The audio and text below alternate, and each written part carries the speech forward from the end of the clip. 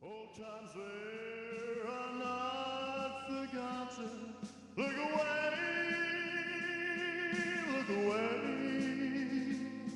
look away, Dixieland.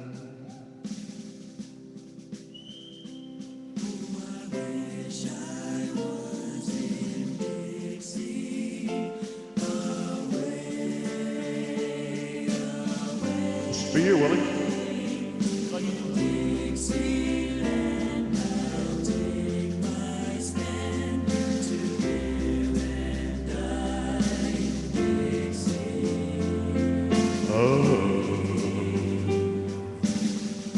Oh, Dixieland, I was born early on a frosty morn. Look away,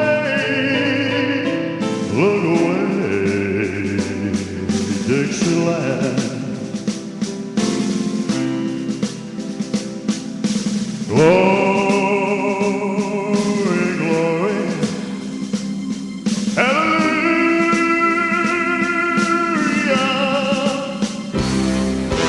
Glory, glory, hallelujah.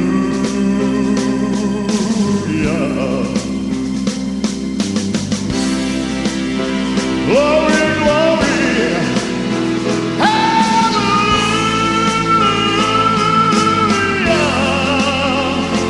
It's true in marching on.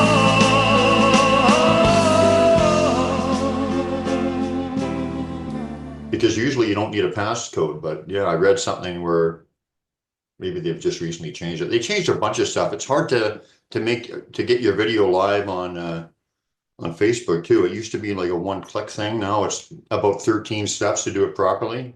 But I cheat. I just put it on my page and then share it. There you go. Have you ever tried StreamYard? No.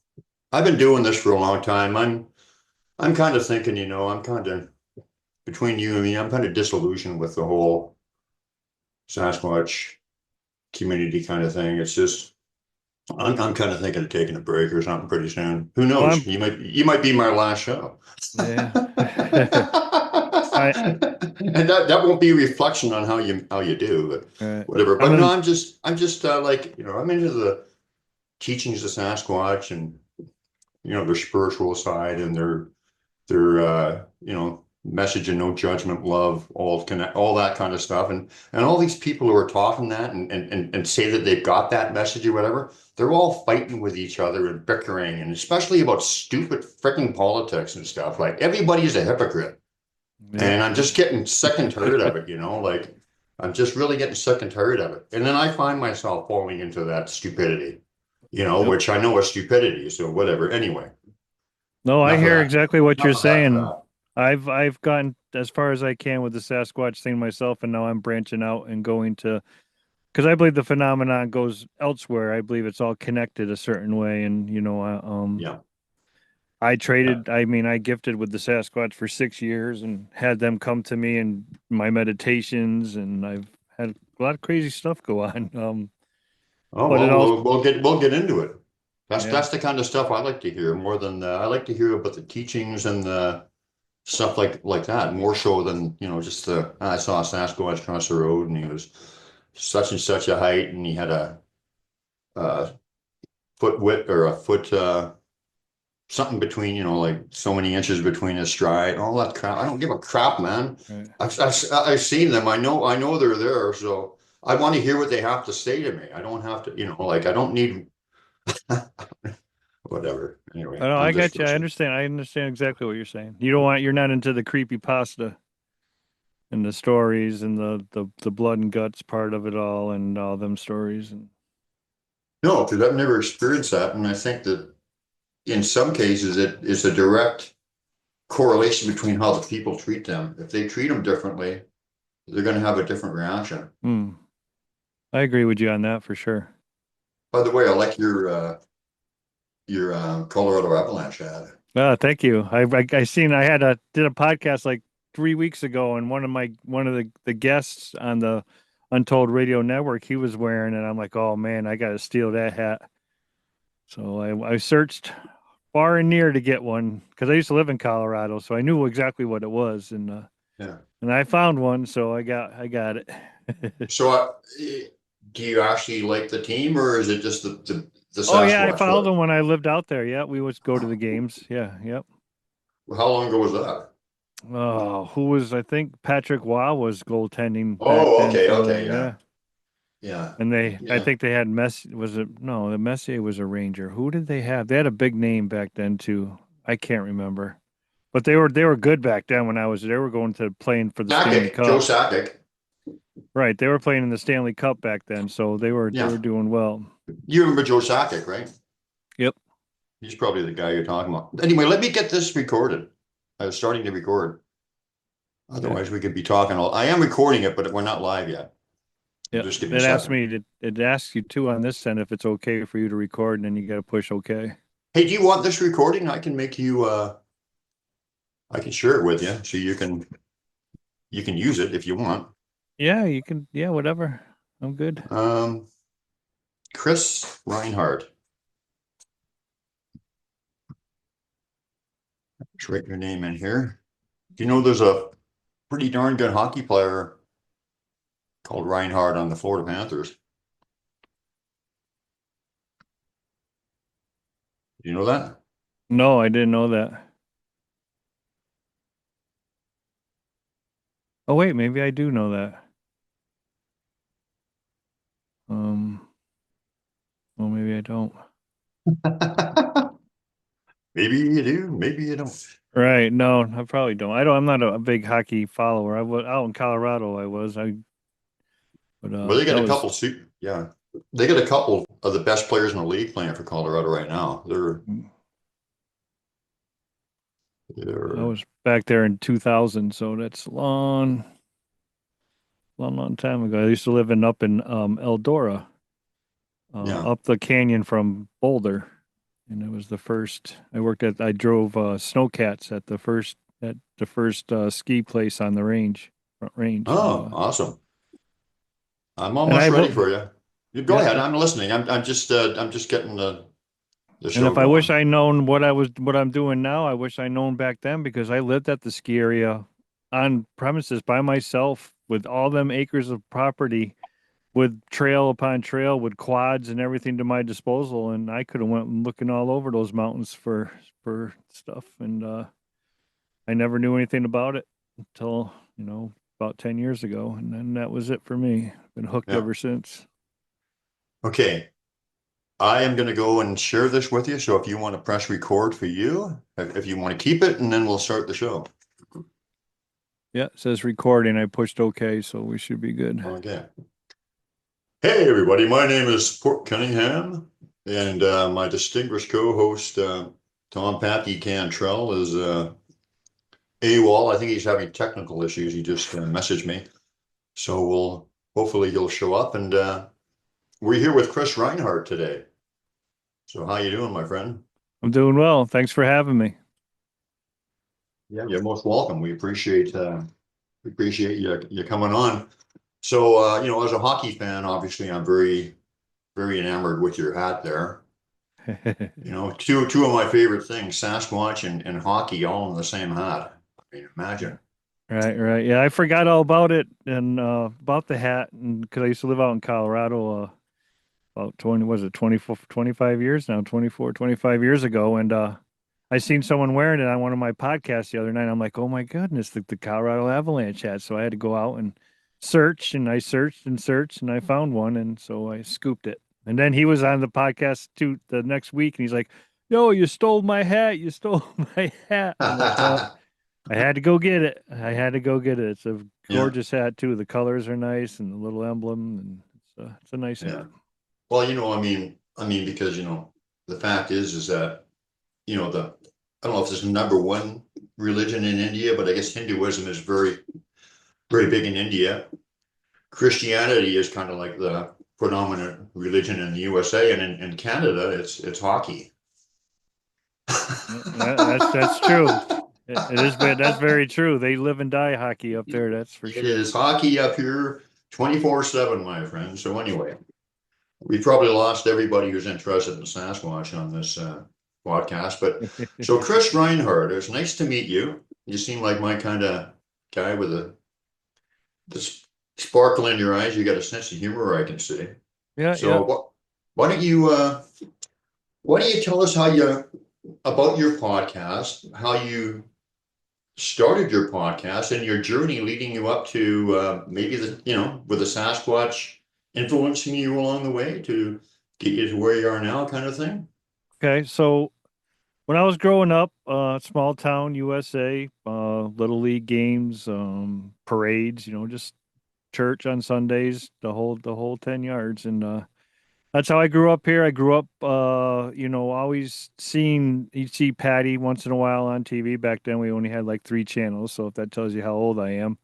And we had to turn them by hand, click, click, click, and then sometimes you had to turn the antenna dial. If I don't, most people don't even know about that, but you would turn it and go doo doo doo doo doo doo and search for the channels. But anyways, that's how old I am. So Pat, wait a minute, hold on a second. What was your thought when you first saw that? What, the antenna thing? That's what I would say. See, that's the kind of sense of humor. I hope you didn't mean that. I meant Patty. Oh, when I was intrigued by her, and my buddy he had the Guinness Book of World Records next door. We used to play wiffle ball against each other, basketball. We grew up together, and inside his house he had the Guinness Book of World Records, and she was in there, and I would always go over there and ask him to see the Sasquatch. So my whole life was Godzilla. Loved Godzilla movies.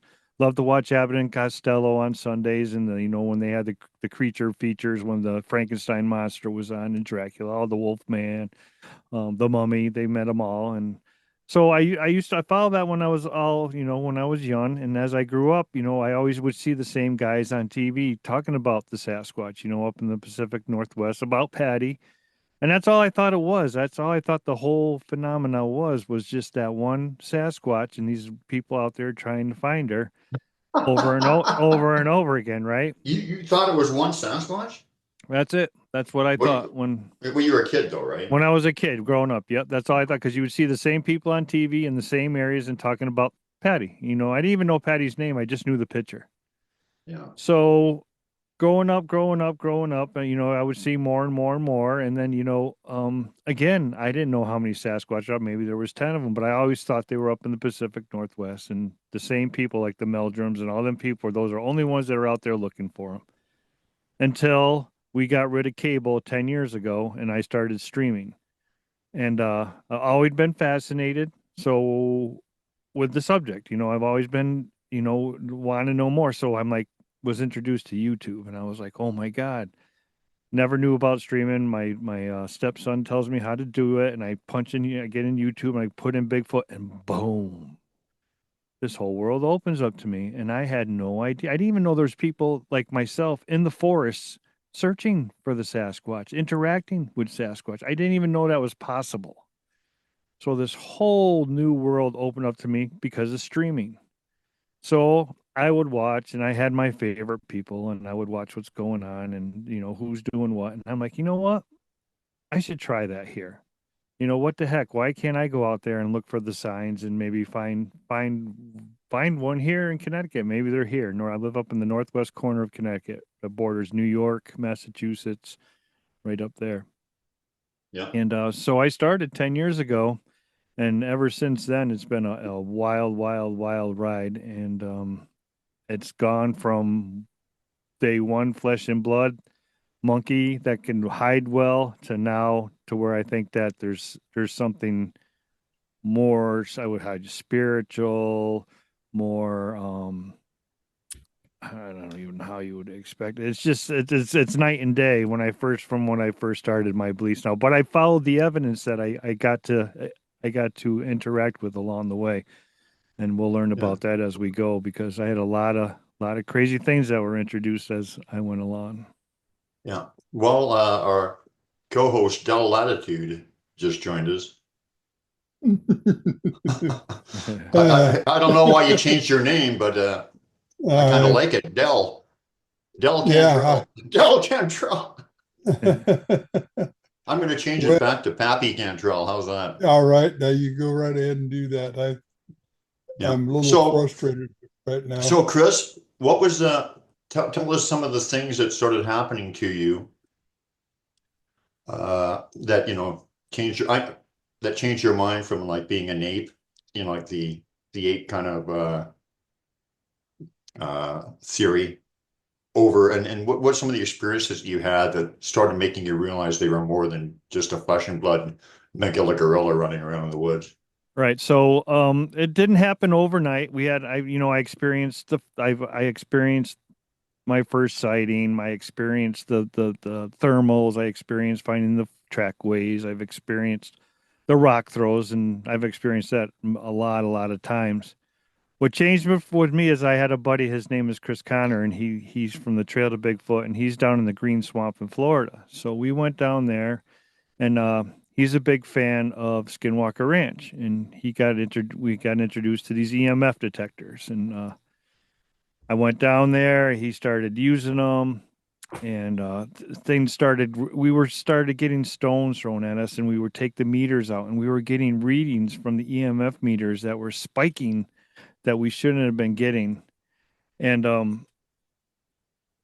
uh, and then we were catching EVPs while we were down there, and this crazy episode happened down there to where something tapped into our cell phones, and we were at the area, and they would scan Chris's cell phone all the time, back and forth, back there, trying to get into his work cell, into his bank account, and they were just scanning his thing. And he asked me, he goes, Chris, look at your phone and see what it says. And I said, well, I just got this phone 2 weeks ago, so you and my wife are the only ones that have the number here. So I take out my phone, and on a text message that's going out to somebody, we got three letters over and over and over again: MBBC, or four letters, sorry, MBBC, all of them, again, for like 30 lines. And I'm like, all right, I got this on my phone, but it's probably just like a butt dial because it was in my pocket, So we decided to erase all of them except for the last 11 lines. And then we filmed it just in case something happened. So we tucked that away. We got some more EVPs that day, some more strange things, more readings from the EMF detector on radio frequency. So we got back to his house that night, and I get in the shower. I take a shower. We just got out of the swamp. I come back. I look at my phone, and there's a text message back on my phone. And again, all of a sudden, it says MBBC, MBBC. But now there's exclamation points, and there's dots, and there's subtraction signs, and there are capital letters. Now we Pay figured that attention. yeah, Pay now attention, sucker. Yeah. exactly, pay attention. So we can't figure it out. We think it's some kind of a Morse code. We were going back and forth, Chris and I, and he calls his wife over. He says, Beata, come over here and check this out. She comes over. She goes, I know exactly what that is. And me and Chris are like, you got to be kidding us. We've been trying to figure this out for hours. She goes, it's easy. Mark, Betty, Beata, and Chris, the four first initials of the four people that have been in the Green Swamp for the last 10 years searching for the Sasquatch. Boom. Yeah. That's when it changed for me. My whole world got turned upside. How is that possible on my phone going out to somewhere else? Not on his phone. My phone texting Mhm. somebody. Got those. It Yeah. was just mind-blowing experience, and we had more stuff happen, and I've been back there since, and we've had more stuff happen down there again. And then Yeah. 2 weeks later, when I'm back up here, we had the same thing happen. We had the phone interference. We had the rock throws at the top of the thing, and the meters were going crazy at my area here now. And we were getting readings that you're not supposed to get with a broadband radio frequency reading. We're getting bottom out. We had to call the company and ask them what one dash dash dash dash meant. That means you can't go any higher. I mean, the radioactivity that you're receiving, you should not be getting that at that level anywhere, especially a broadband. If you were in a Faraday box, we had a guy from a did satellite communications for his whole life, reach out to us, and he said, I researched your meters. If you guys were in a Faraday box, you would have been cooked. He goes, there's no reason, no explanation why you should be getting those readings anywhere out in the forest. None. Yeah. So that's when it all changed for me. And that's when things started to open up here, because I don't know if I opened something in my mind that let this thing go to the next level, or it was presented. No, But they decided it was time for you to go to the next level because they knew you were ready.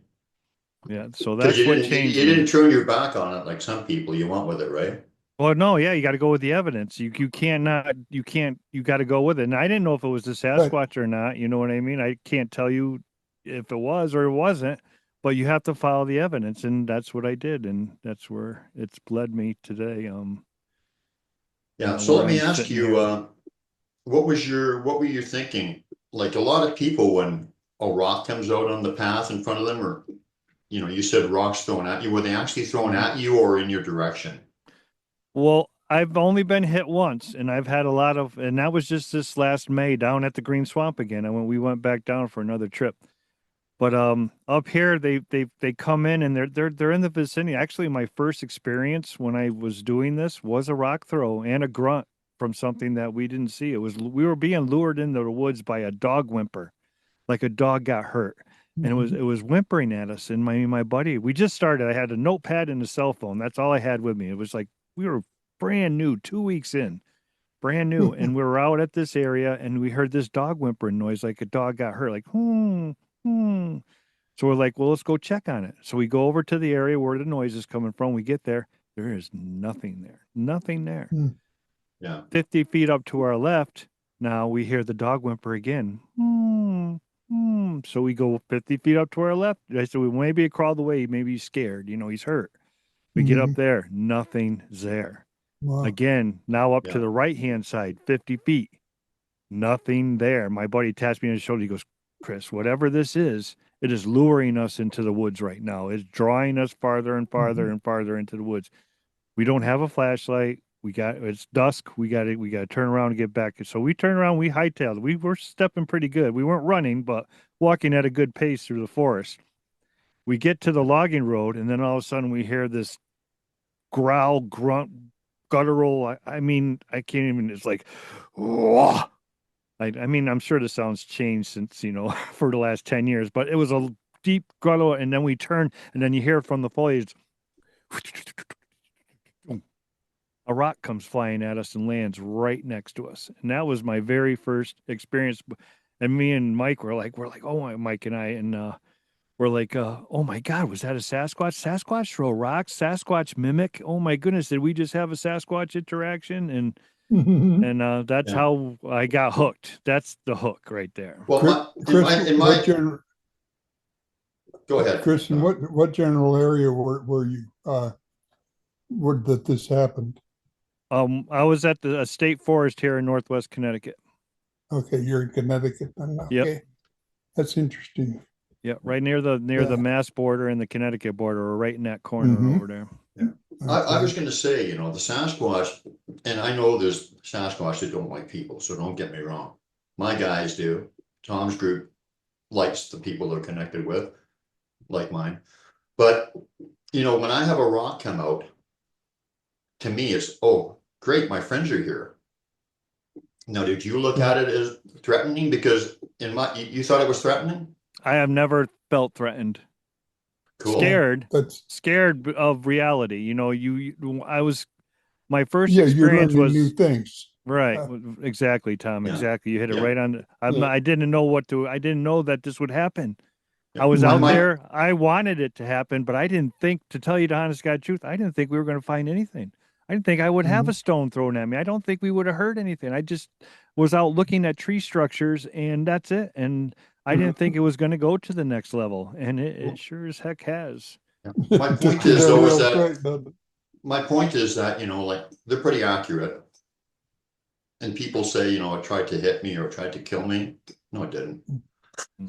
Yes. no, You wouldn't be talking about it if it did, right? Right. No, I agree with you. I think they do it to let you know they're there. I never felt threatened by the rock throws. This, like I said, down the quite often it's just kids playing with you too. especially the small rocks. That's usually juveniles, just getting your attention. Hey, I'm over here.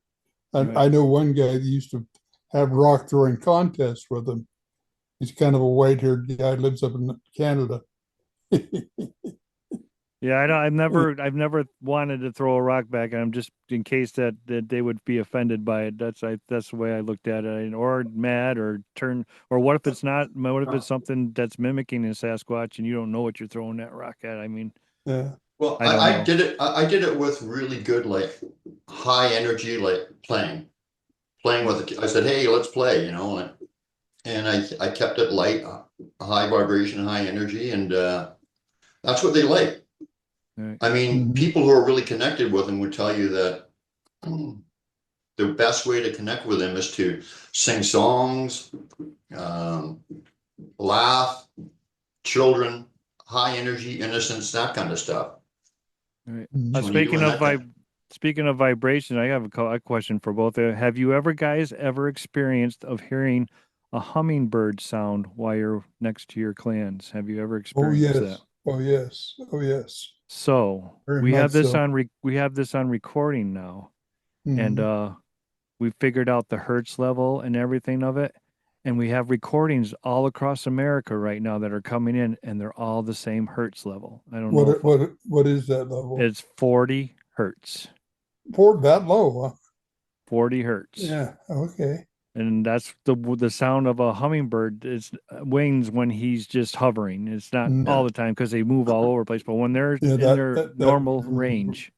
Yeah. Oh, Yeah. You got to quit complaining about 40 hertz because you got to try 70 and 80. That's when you really Yeah. start hurting. Right. Right, John? Well, Oh Geez, I'm in the listen I'm to in this the whippersnapper complain about being 40 and hurting. yeah. Well, Man, you I'm got a not. lot to learn. Yeah, that's funny. I'm definitely not 40. I'm on my way to the 68 range. So, Oh, are you? um, but I now I use a 40 hertz tuning fork while I'm out in the forest, and they've come in using it here and Florida. Hmm. And we got that tone back at us in Florida. It was a crazy. I was ringing it, and we packed up and left the place we were. And my buddy turns around, he goes, "Oh, what are you ringing that thing again? Because can you hear that?" And I'm like, "No, it's in my backpack." And he's like, "Listen," and you could hear that 40 hertz hum That's coming back, wow. and then 100 feet down the path, we were approached. Something came at us and grunted at us. It was Hmm. quite the experience. And here we had three of them corner us, come in, triangle, not corner. So that's Hmm. just an expression, and start throwing rocks at us with the 40 hertz while we're ringing. I got that on tape. You can see that on my channel actually. I Uh, just on YouTube. that's But that. Let me ask using you it. one thing then, Chris. If you've ever heard of, I've had a lot of one-off kind of just weird, had a lot of experiences with Sasquatch, but one of the ones that happened only once and happened with a friend of mine, and it was odd, is we were way back in Chehalis, which is really remote in the mountains in British Columbia. And you know those little middle triangles where you hit them with a little bar and they Mm-hmm. ding, they make that vibrate. We both heard that sound in the middle of nowhere, like, and it was clear and it was right in our ear, and we both heard it. And we said, "Did you hear that?" And then for some reason, because of bears, and even though I think the Sasquatch will generally protect you or whatever, although you got to use common sense and discernment, I was a little uneasy. And when I heard that ding sound, I became very, very calm, and so did my friend. And have you ever heard of anything like that? I've never experienced. I can understand that the tone and the vibration making you calm like that, but I've never heard of the triangle. No, but that's pretty Well, that neat. was what it reminded me of, that Right, kind of right. But sound. yeah, no, that's pretty neat. I think they use it. I think it's a calming effect that they use because people have had with the 40 hertz thing say they feel calm after they've experienced it. Uh-huh. One of the Well, cases is that one was eating a jar of peanut butter and he was just sitting there and he was humming away, just humming like that hummingbird, and it comes out at 40 hertz and it's unreal. But he sounds like he's happy, he's enjoying himself. He's in the jar of peanut butter eating it, and he's got this hum coming out of him. So I think that they can project all that stuff. I don't know how. I mean, again, this is just my opinion. I'm not the Bigfoot guru or the Sasquatch encyclopedia. I'm just sharing what's happened Hey, in my way. that's the most important thing to do. None of us are that guru. We don't have all the information. We've got to share what we do know with others that do know things, and that's how we put it all together. Yeah. You're 100% right. People need to learn how to Yeah. bury that hatchet Mhm. between the two, whatever they want to talk about, the woo and the whatever, Yeah. the flesh and blood. You need to bury Well, that hatchet and and then move there's the on. ego thing where they want to be the guy that takes the picture or has the discovery or has the Right. knowledge or stuff. It's just stupidity. We're pretty stupid people when you really think about it. Right. Look And at we're look not at even look supposed at to be here anyways. We're not even well equipped to be on Earth. You know what I mean? So why are we here? I mean, Mhm. we need well, clothes, we need fire, we need all this stuff. The Sasquatch don't need it. The animals don't need it. The bears don't Yeah. need it. We're not even built for this planet. So, that's um, interesting. Mhm. That's interesting. It's so obvious, and I don't know if I really even thought of I that don't know if I've ever specifically like thought that that, but way it's either. it's yeah, very true. We're the only animal on Earth that could not survive. survive Survive. just being like, with no clothes and no Fire, no nothing to eat. You wouldn't even be able fire, to eat. Mhm. no. I wonder why that is. Yeah, I don't Off know. planet kind of thing, or what do well, why is I that? I think That's the interesting. Anunnaki came in and messed with us a little bit there with that big from Neanderthal to the Homo sapien. There's a big space in there. Something happened. That's where the Bible kicked in. That's where the Anunnaki kicked in. That's where all the stories of the flood kicked in. All that stuff is all in that time period. And how did we go It is. uh from Neanderthal to what we are today? You know what I mean? What happened in the there's no history of it. What happened in there? Yeah, there's a big leap in several places. Right. uh, when you follow it down. There's a big leap between Heidelbergensis and Africanensis, and Right, there's right. yeah, with nothing in between. Yeah, what happened? Yeah, yeah, yeah.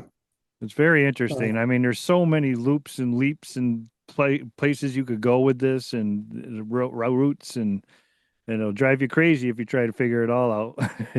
Well, some people say the Sasquatch were the original. They were here before us, obviously.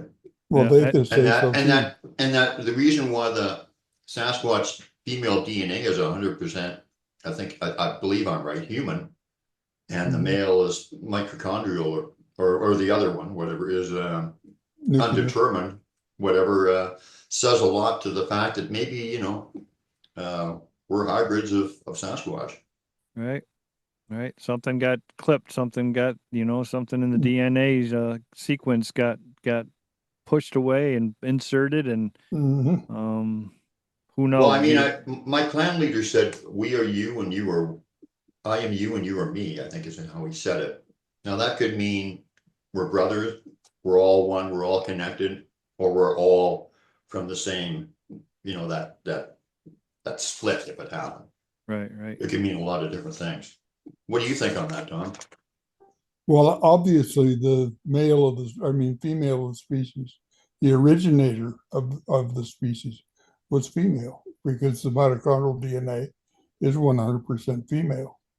And that comes down the female line as 100% human, pardon me. Well, hold on a second. Just hold that thought. That part right there says that we must have mingled with them at some point. Yeah, that's what happened is, there was little stuff going on behind the bar, Right. and in the back room at the bar, I guess. But yeah, my teacher says they preceded us by like 50,000 years, or between 35. They were here about 50,000 years ago. We've been here about 35,000 years, although that number's being challenged too. Oh But yeah. but Yeah, I I mean, think some that, guys are saying we were here a million years ago.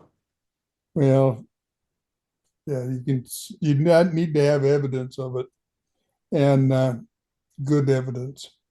Uh, I can say a Yeah, lot of things, but without evidence, it doesn't mean much. true enough. What are you eating? What are you eating? You got some extra over there? Hickory sticks. Okay.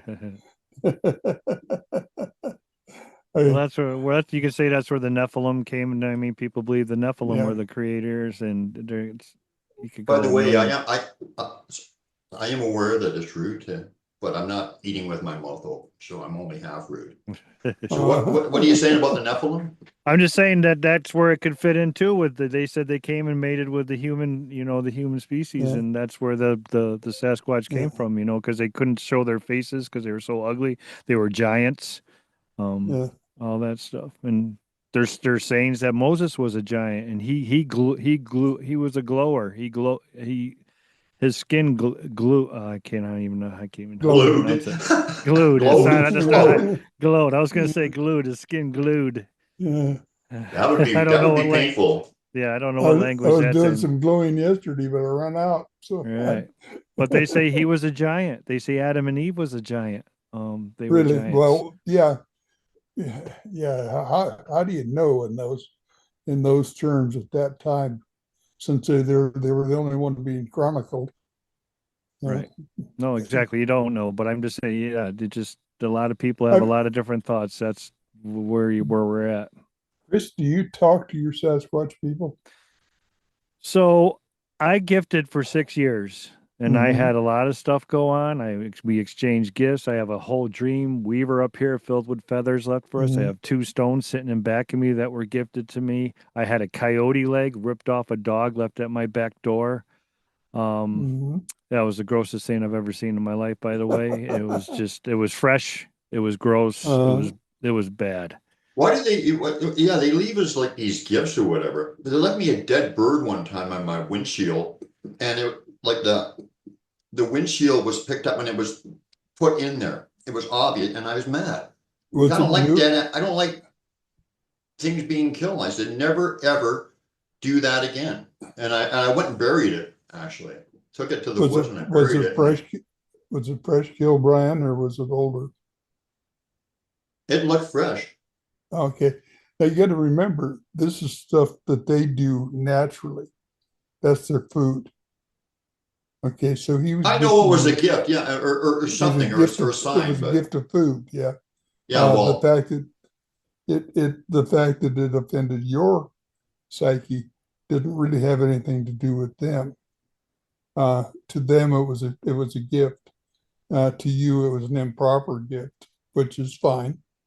Uh, but understand that fact that when they gift you even the coyote leg, that's food for them. same thing, yeah. Yeah, and No, yeah, that's no, no. not too great for us, but they No, think they, I understand that. I understand that. I understand why they did mm, it and that, what you're talking about and all that. But I just said, don't ever do that again. I don't like that. mhm, Right. mhm. That was my only point there. But anyway, Right. and Yeah, I imagine you probably felt the same way, Chris. You weren't that happy with a deer leg on Yeah, your. I didn't. That's another thing that you wouldn't expect. I didn't even know that they left animals and stuff like that again. I was young to the thing, and we were, like I said, we were gifting, and I got sick. My gallbladder went, and I couldn't make it up to the spot for uh for a month. mm, And after the 30 days, that's when the leg came. And my gifting area is 10 miles over three mountain ranges from where I'm at right now. I mean, not like mountain mhm. ranges like Colorado. I'm in Connecticut, but they're 1,100 feet.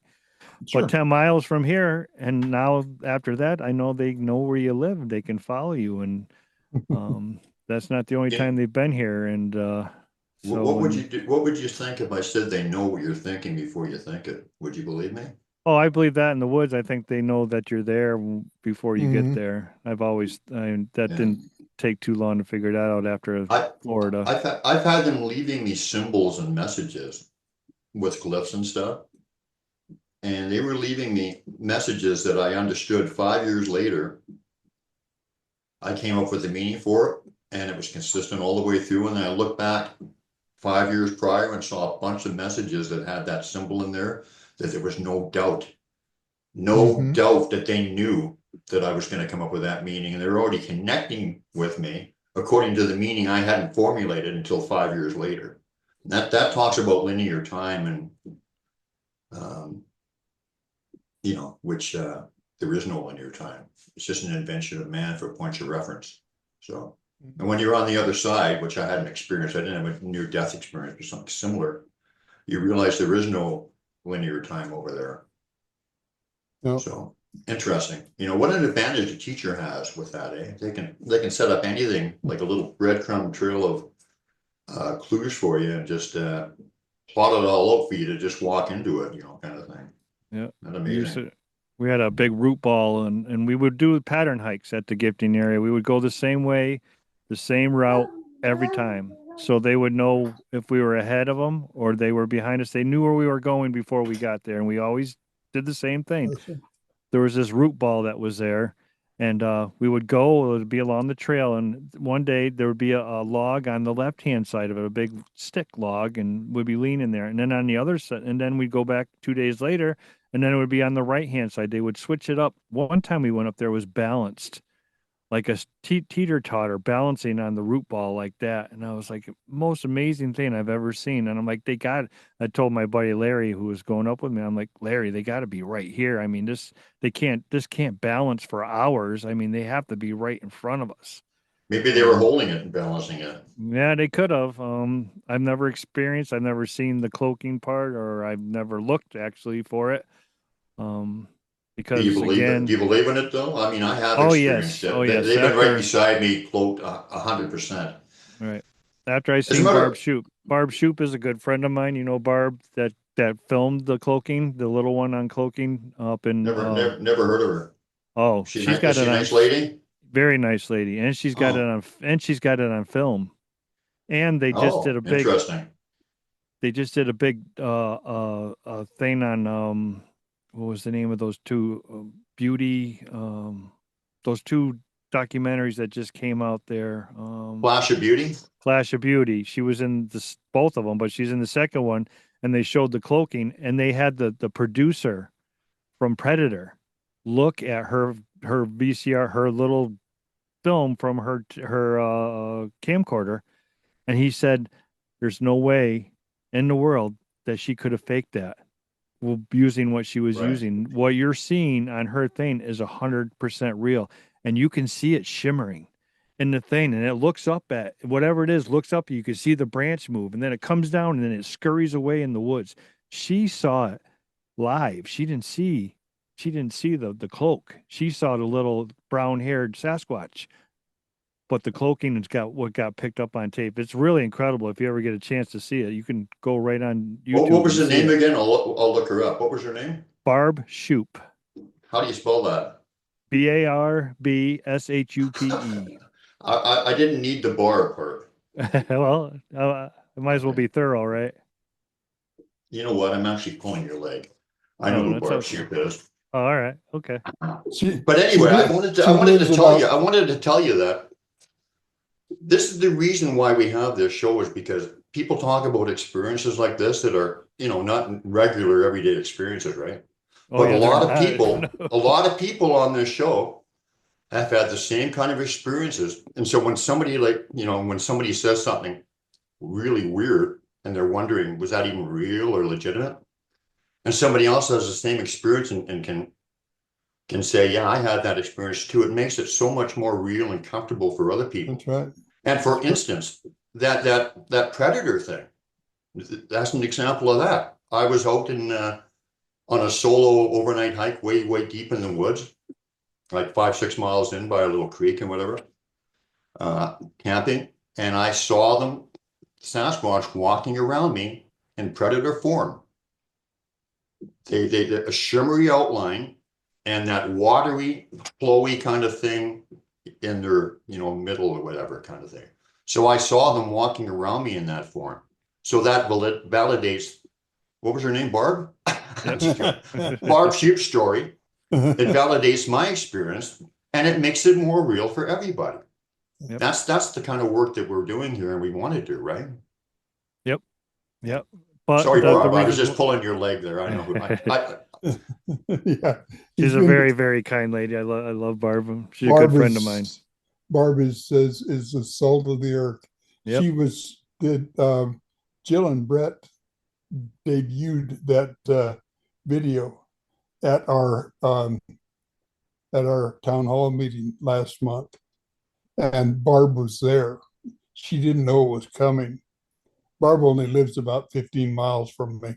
Oh, well, there you go. You guys are setting me up here. Thanks a lot, Yeah. guys. He set you up totally on that one. He knows her practically as good as he does his wife. Yeah, she's one of my favorite people. She is a doll, and Next but to me, she's one of my favorite she people. didn't know they were going to do that, and it just blew her away. Absolutely blew her away. It was so cool, and so yeah, she's working on a book now, and I'm working with her, and Lee Calvis is working with her. Between the three of us, we're having a great time on it, and we formed our own Bigfoot Writers Society now. Oh, nice. Writers Guild, and we go to lunch next Friday. That's part of it. Oh, and lunch club. So, Well, congrats on that. That's awesome. Yeah. That makes the experience even more better, as the camaraderie that you get with the honest the people that aren't out to get you, and the good people, the salt of the earth, like you said, and that's just a good thing and for Yes, it everybody. is. And Her you feel more comfortable. her group is just dynamite, just absolute dynamite. Yep. We do 5 camps a year. I can't camp anymore, but I do go up for a day or two, just a day trip, a couple times during the camp. But she limits it to 20 people. And when she announces the dates in January, they're filled in 20 minutes. Yep. Yeah, she invited us up this year, me and my buddy, to camp at her place, actually, at her because I'm not a big people. I like people, but I'm not like a social butterfly, you know what I mean? I like small groups, like 5 people, or I'm not good at her group. I mean, her house where her cabin is, just across the road, starts Indian territory. Okay, so there's virtually nobody in there. Just there's a trail there that some of the residents walk, but nobody goes back in there at all. And it's just alive right now. She's just having the greatest time, the greatest experiences. That's where the folklore event took place, and virtually every time she went, last year she blew me away with absolute beautiful videos of fairies. Yeah. You tell me what those are. Yeah, I was watching. Yeah. I had her on my podcast when we were talking about them, and I don't know that they're not a hummingbird. I'll tell you that. They're just hummingbirds. Don't glow. They don't glow. Not only that, but we timed them. We measured the distance. She measured the distance from the stump where she first saw it to where she was, and then we timed it on the frames on the film. And that thing was moving at 205 miles an hour. You show me any insect, any animal on Earth that can move at 205 miles an hour. Right. Yeah. Pretty incredible. Yeah. And when the eye shine she caught again out in the bush there, out in the deep in the bushes, that's pretty incredible too. And that is. Yeah. So hopefully that's definitely on my list to get up there sooner or later. Do it. You'll love it. I get to meet you too then. Yeah, that'd be awesome. Yeah, that's for sure. Like I say, we're only about 11 miles apart, 12, 15 miles apart, something like that. Nice. So yeah, it's a town I live in now is a town she grew up in. And then the last several years she's been living up little town of Greenwater. It's, and they put the welcome to and come again sign on the same stick. Yeah, I thought the coolest thing that I ever thought was when they put those leaves for the after the funeral and they put the leaves in the posts of the stop signs there. I thought that was the coolest thing. That was one of them. Those were brand new guard signs, and one of them was bent back. On the outside, on the water side, not on the inside where a car might have done it. Right. But the strength to do that is incredible. It's not unusual for them to show their compassion for the people they're connected with. I've had similar stuff myself. When my mother died, they did stuff and whatever, left cliffs and stuff. So it just speaks to their heart, and the quality of these people, you know, I trust them way more than I trust human beings out in the woods. I don't feel, you know, I don't like grizzly bears and cougars and stuff, but this Sasquatch around doesn't bother me one bit. Matter of fact, I'm happier than you know, than a pig and poo, I guess, you know, like it's family here, right? So. Yeah. I always say the most dangerous thing out there wears shoes. Right. No, you're exactly right. That's the thing to fear the most in the forest is us. Mm-hmm. For sure. Yeah. Probably, but grizzlies and well, yeah, grizzlies cougars are might, right up there. Yeah, grizzlies right up there. Yeah, Black bears don't bother me, but I don't fool the grizz. Yeah, they're just too unpredictable. Yeah, we have a ton of black bears here in Northwest Connecticut, a ton of them, and they're just interested in eating and be left alone. That's what they want to do. That's it. Yeah. Yeah. In the state of Washington, we have the 22,000 black bear is what they figure. And we have 300 Sasquatch. If people wonder why you don't ever find a body, well, you've 300, they live about 100 years, so that's 3 a year die in 72,000 square acres. You know, if it died in 3rd and 4th Avenue in downtown Seattle, it'd have a 50-50 chance of never being discovered. So out in the woods, it's a chance of ever being discovered. Plus the fact they bury their dead. Right. But right. You know, even if they didn't, they'd never be found anyway. Right. You don't come across bear. Yeah, you never find bear skulls or anything. Never. No. Have you ever heard any evidence, Thom? Like a lot of people claim like there's that one of the monastery in Tibet or whatever, different places that they have bones or hands or something of Sasquatch or Yeti or Bigfoot or whatever. Have you ever heard anything that you found that you thought was real, or you too, Chris, or whatever, if you're aware of that? Yeah, Peter Byrne brought one back. And what's it? Can't remember the story on it entirely, but they brought back a hand.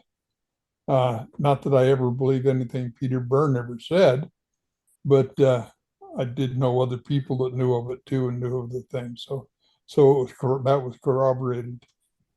But yeah, Peter Byrne's the one that said, if you say you've seen more than one of these in a lifetime, you're a damn liar. Right. I was just going to say that, Thom. I was going to talk about that a little while ago. I'm like, well, that's people always say that you cannot interact with these guys over and over and over again.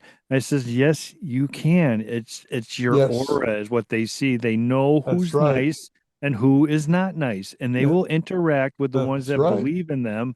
And if you don't believe in this side of it, and you think they're a monkey that can play hide and seek, then you are never going to get to that point. You will never graduate. You will never get to the point to where you can. And you will. It happens. I couldn't believe it myself. I'm at that point now where I can go into the woods wherever I go. I've gone to 6 different states, 7 different states. I don't even know how many now. And I've had interaction at every single one I've been at. So absolutely. Yeah. So it's your, I think they can see your aura. I think you shine. And I think what one of them knows, they all know. Yeah, I believe that too, Thom. I think it's beyond think. They definitely do. It's like I know a guy who met a fully enlightened man one time. You know, there's only a few of those guys around. This guy and my friend, it rubbed off on him shortly after he met him. He had these abilities, or some of the abilities, for a couple of weeks. He could look at you and see your whole life from when you were born, all the major points of your life along the way, and your death, who you married, your job, love, all that stuff. And the Sasquatch, like the ancient ones, or the Sasquatch, the more evolved ones, like RS, RE, people like that, they have those abilities, but on steroids. But we have all the abilities they had, but we're just being kind of opened up to them and whatever. But yeah, so that's how evolved they are, right? That's what my teacher told me the day we met. we have no abilities that you did not at one time have. The difference is you've stopped adapting to your environment and started adapting your environment to you. And we did. We moved indoors. Yeah. Now, when you're indoors, you're talking across the fire. You don't need to talk from ridge top to ridge top anymore. So Yeah. if you don't use it, you lose it. Okay. Yeah. Yeah, there's still traces of it in our society, and some people are pretty good at it, but it's not general. Yeah. I agree. Yeah. I was thinking again about what you said about we're the only species that is not adaptable to live like, naked and without shelter or whatever. I mean, that's not right. There's something off about that. It tells me that we didn't come from here. No, Because I why don't would think we we be did. the only ones of anything in existence that wasn't created perfectly for their environment? That's the nature of creation. Everything works perfectly for whatever that single cell or elephant or whatever it is. So that's suspicious. I'm Wouldn't glad you you want to brought know that what up. happened? Wouldn't you want to know that exactly what happened, how it happened? I mean, that's Oh, just, very, very much, yeah, very much so. yeah. And look what they just found at the pyramids too. Look at what they found underneath the pyramids. That's Yep, crazy stuff. yep. Holy, What they're they already find, trying to I cut. did. They found these pillars that go down into the ground and they're spiral cut, and it's like a power plant. Like they've always thought, like Tesla thought they were a big power station. That's what he thought they were. But now they're trying to say that it's some kind of lost city, and they're trying to cover it up already. Yeah, But they don't want people to know. no, they don't want people to know. First of all, 99% of the people couldn't handle it. Yeah, it go against their their teachings. Right. But look at Gobekli Tepe, or is that how you pronounce it? Tekli? Gobekli Tepe, or that the city's far older than anything they ever thought possible, Mm-hmm. and it's magnificent. Uh, you know, did, were humans capable of building that at that time?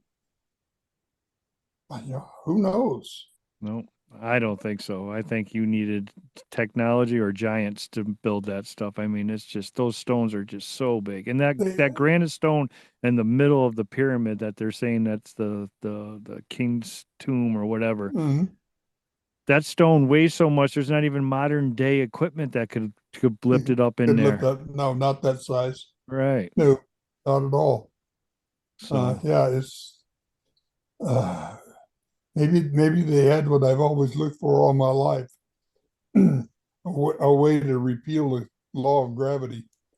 right, well, that's you never know. You never know. Did you You Oh, never ever know. hear there was a place in Florida where this guy built this crystal place. I can't remember what Crystal Kingdom. I can't remember what it was called. And this might be just crap.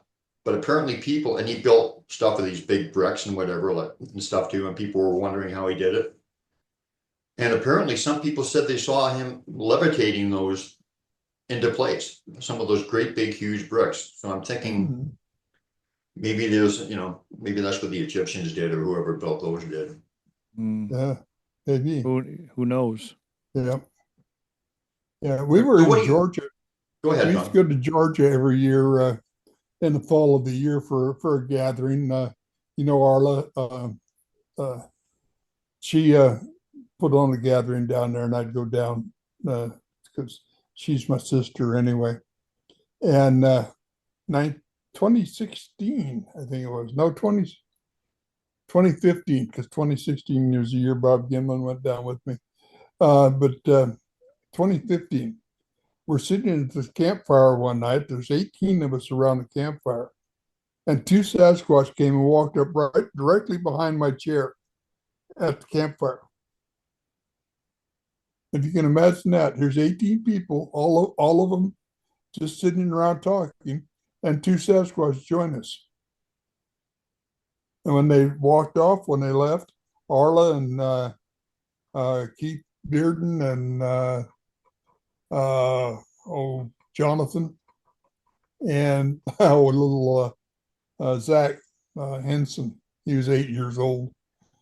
They followed him, and there was another one back in the brushaways, and he come back and he was just grinning from ear to ear. He says, "I've seen more Sasquatch in one weekend than finding Bigfoot's found in 3 years." Tom, why do Ain't you that think the truth? why do you think they choose who they choose? Why do you think they Oh, interact with who you're they dead on. It's all vibrations. They know what we're thinking. I started this in 1960. Pardon me, 1958. I've been 67 years doing this. Okay, and that's what it is. They spent years getting to know my mind, and to the point, it wasn't till the time I could actually devote full time to it. They let me my whole time in the service, 9 years in the Navy, and in college, they left me alone. It was after I got out and got in the woods doing my job that they started contacting me. And they stayed with me. They'd come back, and they'd come back. And then in 2010, pardon me, I met my teacher. And that's what it was all about. The first thing he said was, I told you we have no powers that you did not at one time have. And we talked about that at great length over the years. And believe me, I see him right. You're talking about that buzz, that hum. I had it coming directly out of my chest. I got a burn spot in the middle of my chest. It's gone now. But when was that, Brian? I can't remember. It was what 15 or 16 maybe. Was it? I think it was 15 or 14. I thought. At any Okay, rate, but we're around there. Yeah, right in that area. We were in camp in Oregon. Jeff Rohn, Jim DeMaine, Sue, me, Maggie Gaynor, little Robin, and a couple others. And my heart was acting up so badly, I was going to have to go home.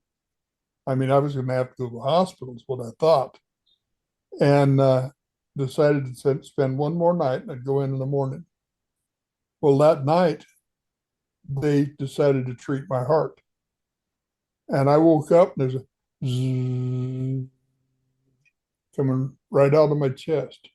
Susan, her sleeping bag at the other end of the tent, and she says, "Where's that noise coming from?" I says, "Right there, right out of my chest." And I could see them through the tent. They were right behind the tent. And we sat there, probably 15, 20 minutes listening to that. And I thought it had been going on for like 20 minutes when I woke up. Sue said, "No, it's been hours." But when I got up and got out of bed, and when it got daylight, I went and got out of bed, I felt like an absolutely new man. And I walked out of the tent. First thing I saw was Jim DeMaine at the fire, building the fire up. He says, "Why were you and Sue walking through camp last night talking?" And I says, "We weren't. I never got out of bed. Sue got up, but she just looked outside. She didn't go out." And well, we heard you guys talking and coming. Jeff Rohn got up, same question. Maggie got up, same question. This is one by one, the whole group. And finally I said, "Well, what were we saying if you were here?" "Well, we couldn't hear what the words were, but you and Sue both have very distinctive voices, and we could tell it was you." They were walking through camp. We found two sets of tracks side by side, right through camp and right out the road, leaving camp. And they were walking through camp, mimicking us after that was all over. Yeah, I've heard that too. I've heard him mimicking Randy Brisson and another friend. It's incredible. That's pretty wild. So I was going to say, though, you were asking why do they connect with us? Well, I think it's because they can read you, like I said. And also it could be because they've had a connection with you before, kind of thing. And, they can read your heart stuff. So they know the people that are open to learning. But the thing is that I wanted to mention to you, because you said you always had a fascination with them all your life, and now by coincidence, not, you're doing, this work representing them, or at least in this field. And I felt the same way when I was a kid, always looking in the woods, totally fascinated with Sasquatch. Like, I didn't care about UFOs or Loch Ness so much, but Sasquatch was always on my mind. And that's not the reason is because I have a connection with them, always have had. And at 57, they reminded me of that, like they did with you, like you said, by saying, go to the mountains. I got mind speed, go to the mountains. And I met Randy Brisson, I met Thom, I met a bunch of other people. And it's just connections, connections, connection, connection. And my point is that they're connected to us before we know it. And they're watching the people that they connect with well before they formally introduce themselves. Mm. And when you were talking about your story about how your fascination and whatever, that just kind of said, oh yeah, I see what's going on there. I'll tell you a story. When I was 10 years old, I got a job working for my father. My father worked at a package store part-time, and he had a boss. And he had all these trails at his house where he would go back and cut trees, and he burnt wood. But anyways, he'd pay me 50 cents for the day to go and take limbs off all the trails so he could drive his tractor through. He left me alone one day, and I'm sitting there and I'm looking at the edge of the woods, and then all of a sudden the woods just enclosed on me. I was just seeing a tunnel, and I felt surrounded. I felt it wasn't a good feeling, but it wasn't a bad feeling. It was a weird feeling, right? My first experience when they introduced themselves, when they came to me, there was a tent, and I listened to one walk up to the tent, and when it got to the tent, it went down on the ground and it grunted in my face. When that happened, that same feeling came back to me when I was from when I was 10 years old. That same feeling inside came to me after he came, whatever, the female, male, whatever it was, outside the tent and grunt on it. I had that same exact feeling, and I forgot all about it until that moment in time. I think that was them back when I was 10 years old, marking me then. And then later in life, I was meant to, that's where I'm at. I notice everybody, I know some people listen to this and they'll go, this guy is, no, not, you know what I mean? But I'm just saying, this is real. This is what happened. And I have no reason to lie to you about any of it because it doesn't get me anywhere. But I'm glad I'm right. I'm only can talk about this is because I have a great support. I just wanted to say this to you, and then I'm sorry. I have a great support team. My wife is awesome. She's experienced a lot of stuff with me. My boss at work is behind me, so I wouldn't be able to come out and tell you everything if I had a job that wasn't behind me, but because they wouldn't think I was right. You know what I mean? Yeah, I think they're connected. I think you're right that you put that together, that they knew that I had a lady who came to one of my camp out. I'll keep this really brief, but it's in the same vein. She wanted to have a more personal relationship with them. She had been with the BFRO and whatever, and like him or not, she decided she was going to break from them because she wasn't getting what she wanted out of that organization, because she was discovering some of the woo and the stuff that she couldn't answer, but knew there was something to it, and they were just saying, no, we don't do that. That's nuts, which is kind of not researching, but whatever. That's neither here nor there. But anyway, the Sasquatch, she wanted to have a connection with them and for them to validate that. So she came to one of my camp out. Now there's a bunch to it, but I'll just quickly say, they gave her a memory. They shot her with an energy and a memory of her first kiss when she was a 15-year-old girl or something. This is almost a 70-year-old woman. And she only had that once, and it's very unique. And they went back in her memory bank and gave her that memory so that she had no doubt what was going on. Yeah. That's pretty, that speaks to pretty evolved beings that, in linear time not existing and all of that stuff. It also validates what you were saying. That's the beauty of this. We can, people with experience can talk about these things that, oh, that guy's nuts kind of thing. And then myself, I can say I had that experience too, or Thom can say that, or somebody else who's with him. So it's great stuff. What do you talk about some of your favorite life-changing encounters, or just favorite encounters, or all right, I'll tell you a real good one. I've only had them come to me twice in meditation. It's only happened. I don't know if maybe it's happened more than twice. I don't know, but twice that I can remember. So when we were gifting, we were at an area and it got sold, and we weren't allowed to go back up there ever again. We couldn't get up there. We were 6 years down the tubes. They were following us the last year, knocking behind us, letting us know where they were, and they were close. So there was a sighting in my town, and you don't get sightings from where you just don't hear it. There was back in the center, there's a legend called the Winchester Wild Man from Connecticut, and that's where I live.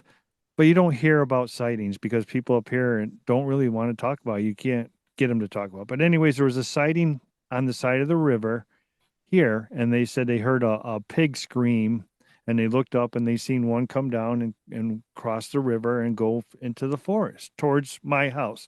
Now this is probably Where's 2 your house? miles 2 miles away from my place. I mean, but it was running towards the situation is running towards here. So I do meditation at night before I have a moldavite stone that I use for meditation. And I say prayers too.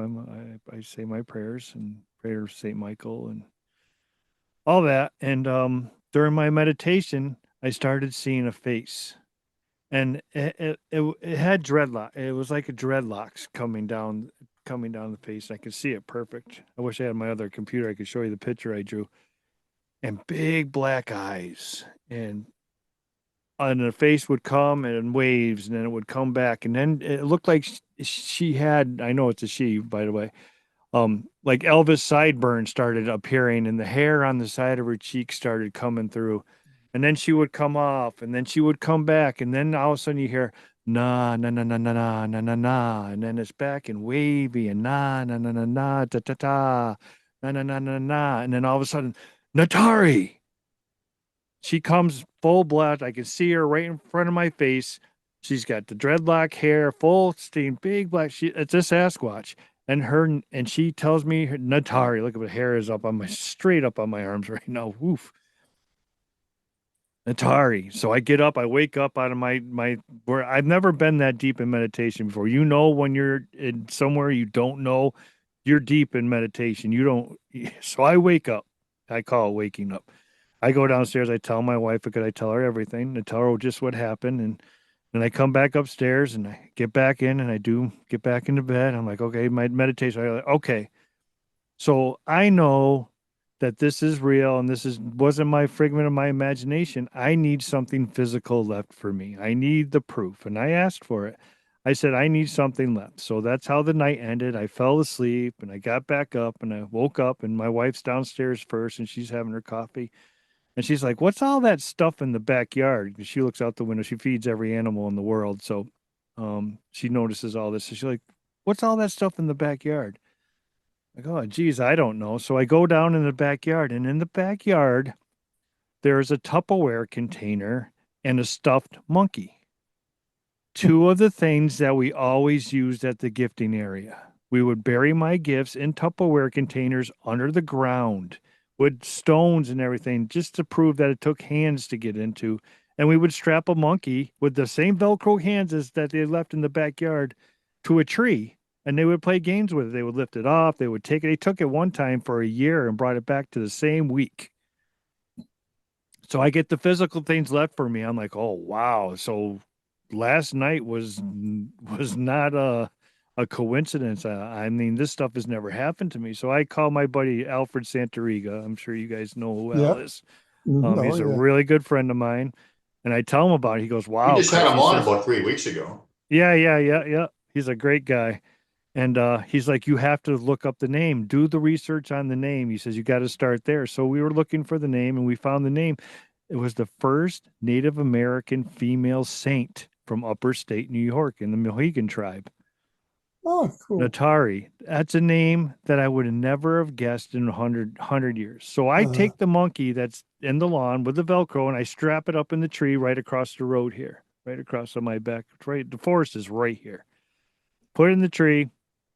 A week passes, or a week and a half passes, and I'm meditating, and all of a sudden, this little guy, he's got just can see his, he's got a mask, like he's got a mask, and black eyes, and he's all black hair. He looks like a little Mhm. Ewok. He comes running up and he jumps on my chest, and I have like a beach ball or something. It's weird on my chest, and he gets on there and he lands on me and right in my face, just like the Natari thing. He lands right in my face. He goes, Archibald. And then boom, I wake up again. I'm like, whoa, what was that? So I go to sleep that night. I wake up in the morning. Maria's at the table. She goes, "Look out back. You're not going to believe this." I'm like, "Okay, I'll look out back." I look out back. I'm like, "Oh my God, the monkey's gone."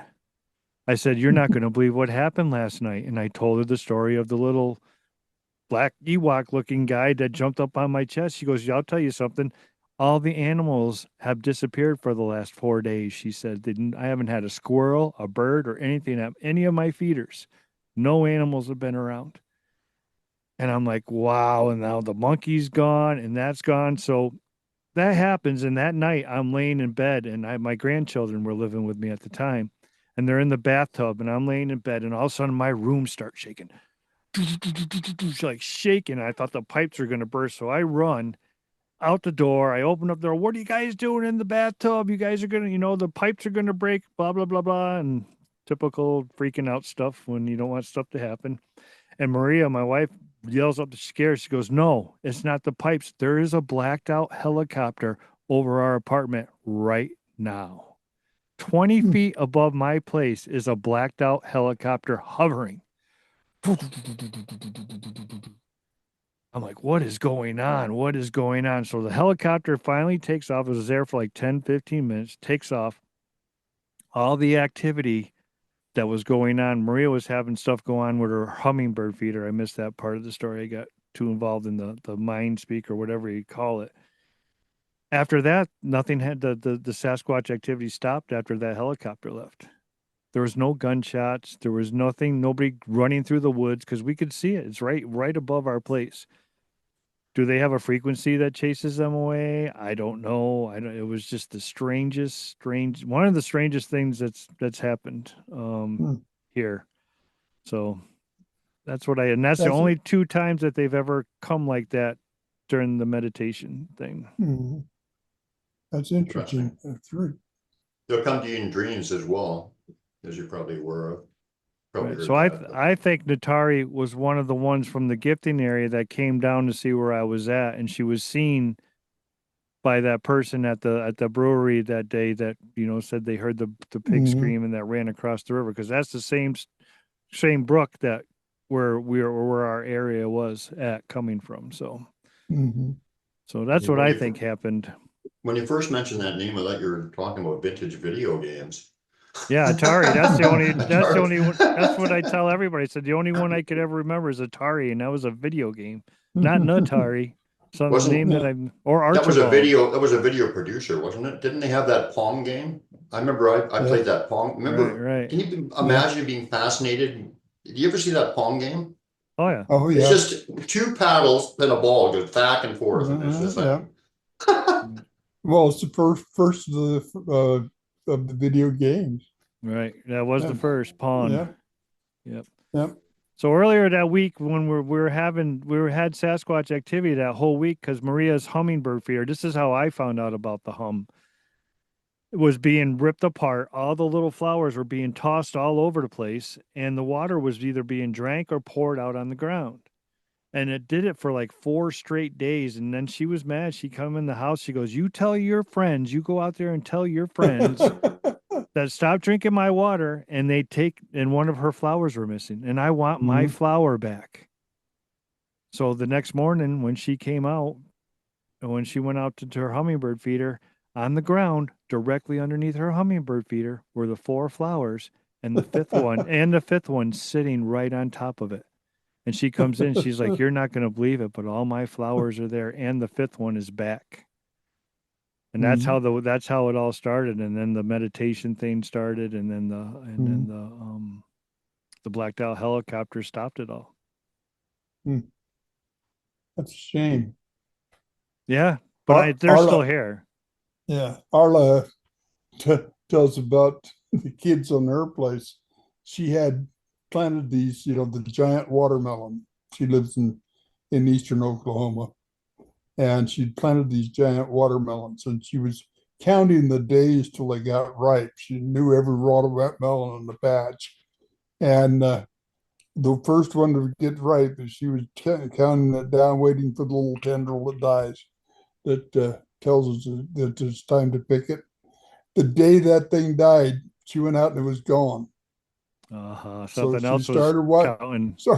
started watching the second one. And the day it was to be picked, it was gone. She's okay, guys. I need some for my family too. I'll tell you what, you can have 50% and I'll take 50%. She had apple trees that half of them were picked and the other half were not. Oh, that's funny. Yeah. Her berry vines, it'd be half picked, the other half left alone. I believe it 100%. Uh-huh. I don't, there's that you can't really surprise me any longer after these last 10 years. You can't No, really. there's nothing that surprises me about what they do or want to do or can do. I just sit back and marvel Is at there it. a way to have that 10-foot interaction? That's what I want. I want that 10-foot in front of me interaction. Is there any Tell them that's what you practice? want. Tell them that's what you want. Okay. Yeah, and that's what I would do. Yeah, I need a little space to make this work. So give me 10 feet. Yeah, we can alter that later, but to get used to it, I need 10 feet. Okay. And how about that'll work? All right. And it And works with Sasquatch me. feet or human feet? How scared are you? We'll go with the Sasquatch feet to start Yeah. with. Well, I'm gonna tell them. That'll be about 16 feet then. Yeah, I want it midday too. I don't want it at night. I'm a little. That's when I had that grunt on the side of my face at night. So I have a little. You got that little back of your first interaction. Mhm. Is one huffing on the side of your face. I felt the breath on my cheek, Mhm. and I'm like, whoa! And you got that in the back of your mind forever. Have you ever heard? 95% Go ahead. of my interactions have been in daylight. Yeah, mine too. Well, Yeah, that's because I go out in the daytime. Why would I go out when I can't see anything? yeah, Because exactly. because it's not true what they say. I mean, they may be hanging around more at night, but a lot of my interactions have been in the daytime for sure. That's right. Just about all of them. Yeah, I don't see any need to be out at night. Well, and plus I don't, the other reason I don't want to be out at night is I don't have any cameras. I don't record them unless I hear something and I've got my little camera right handy. Then I'll ask the permission or whatever. But I have no reason to be out at night. I don't put camcorders out. I don't record sounds. Anything that I capture on my videos. Our gatherings in Georgia were great for night calls. What they call the Ohio call. You could lay there all night listening to calling back and forth. Absolutely wonderful place. And I don't think there's anything wrong with it. Well, in some ways, I mean, I think you should respect them. But I'm not going to put a judgment thing on it, whatever. But just with me, they're like family to me, and I don't want to impose on them by trying to record them, or trying to get a video of them. I'll take a video, I'll take a recording, I'll take a picture, and I'll say if you want to show up, please do, and they often do. But then that's their choice, right? Just not me to doing that kind of stuff. But I don't. No, I even ask permission to take pictures. Well, that's what I just said. Yeah, of course. Yeah, even if there's none in view, I'll ask permission. I'm going to be taking pictures now, if that's okay. And if you'd like to be in them, I welcome that. But otherwise, we're going to do it. I guarantee you're going to get them show up in more pictures with that approach than trying to trick them into a picture. Because I've had them show up in a lot of my pictures too, and whatever, from the same protocol and respect that Tom's talking about. And if you respect them, you're going to get results. If you treat them like animals and don't respect them and fear them, they're going to ignore you, or they're not going to give you anything. Right. No, I agree with that. They don't. I agree. Yeah. So we're coming up to an hour and 22 minutes. I know you said you wanted to do an hour, maybe 90 minutes. Did you want anything you wanted to talk about before we, I'd like I to mean, you don't talk to you want, if you, unless you want to go for the 2 hours that we normally do. I could try it. I'd like to talk if you guys think there's an ET connection with them. I do, yes. I've seen flying saucers and them together and spirit animals. All that going on at the same time, which and a bunch of different answers too. That was a bizarre story. Like there was about 3 or 4 different key answers that I got or put some connections together with that experience. But yeah, they're definitely connected with UFOs. And it's funny, I remember hearing of a story in Minnesota, I think in the 60s or 70s, where people, this was when I was a young kid, people were reporting them going in and out of UFOs, and I thought that's a bunch of crap. That's a bit too much for me, right? Because I do try to use discernment. I said, I don't know if I believe that. It sounds like just some fantasy stuff. But now I found that it seems like there is a connection. As a matter of fact, they are probably, um, in some cases, they are aliens too, right? Some of them, so, and they're on craft and stuff. So now I see the connection. So it's funny, yeah. But So initially I after didn't. at the end of that story, I just told you the next night or 2 nights later, we were going out to vote, and Maria and I saw a mothership appear over our apartment. I mean, just to go along with the mind speak and the hummingbird stuff and all that. Now I get to walk out of the house, I look up, and there is a craft that's as big as a football field, Oh, and wow. it's just hovering, and it's not making a sound, and it's floating away from us. And I turned to Maria. I said, Maria, look up at the sky. She goes, last time I looked at the sky, I didn't want to look back again. I'm like, yeah, well, you got to look at this one again because this is the second one we've seen. And she turns around. She goes, oh my God, what is that? I'm like, oh my God is right. Well, what do you think that is? And it was huge. Uh, And it was 6 o'clock, and there's people out like taking groceries out of their, I live in an apartment complex type. I'm a superintendent, and I take care of the whole place. And there's people taking groceries out of their cars, and they're out in the thing. And me and Maria are out there pointing at the sky, going, "Look at that! Look at that!" And we get in the car. We get in the car because it's getting away from us now. It's banked, and it's going away. And we get in the car and we start chasing it. And Maria goes, "You know what is the strangest thing? I just realized not one person turned around and looked up at the sky." They didn't even, it was like we weren't even there. She's going, it was like we were the only ones there. Nobody looked up at the sky. And we followed this thing up the hill here. And once it got to the woods, it just went boom, it disappeared and it was gone. And that was 2 nights after the blacked out chopper. But were we the mhm. only ones that were meant to see that? Have you ever heard about that stuff, like something like that happening before? Because it I was have, very yeah. strange. Yeah. It's I'm, interesting though. You said that nobody else paid attention to it. Maybe they weren't there. Maybe they were in another dimension or whatever, kind of thing, or they weren't privy to what you saw. in most cases, people just don't care. They live in their own little world. They don't even want to see what else is around. Yeah, Right. it's just how it is. They're I don't know how to put it another way. Right. You figured they would look out. It was crazy. It was huge. Yeah. It was the biggest thing I've ever seen. It was all panels. It was all triangle copper panels. Oh, wow. Yeah, it was beautiful. It had two Yeah. lights on the back, one light on the front, Uh-huh. and it just floated. It didn't make a noise. And then when it banked, it was like it would banked up on its side like this Mm, and then it would go, and it just kept mm. on going. It was But let me ask you one thing. Do you think the people heard you or they didn't even hear you they say? had to have heard us. We were shouting. Yeah, They I know had to. that, but that's what I'm saying. Maybe they weren't in that reality. Maybe you were kind Well, of there that's what I think. I think we were the only because ones I don't supposed to think they be even there. heard you, to tell you the truth. Yeah. Maybe. I think we weren't. I think we were the only ones that were supposed to be there, hear that, I I'm mean, if see you're it. talking. yelling and screaming and pointing up to the sky and people don't, did they react at all? No reaction. That's what Maria couldn't believe. She's like, not one of them turned around. Mm, Somebody would have looked and done, somebody would have, Yeah. done something, right? Yeah. Like what And I was that? Who's reported it yelling too. or I mm, don't report my Sasquatch stuff because that's private. That's where I go. I know where they are. I don't need anybody else knowing where they go.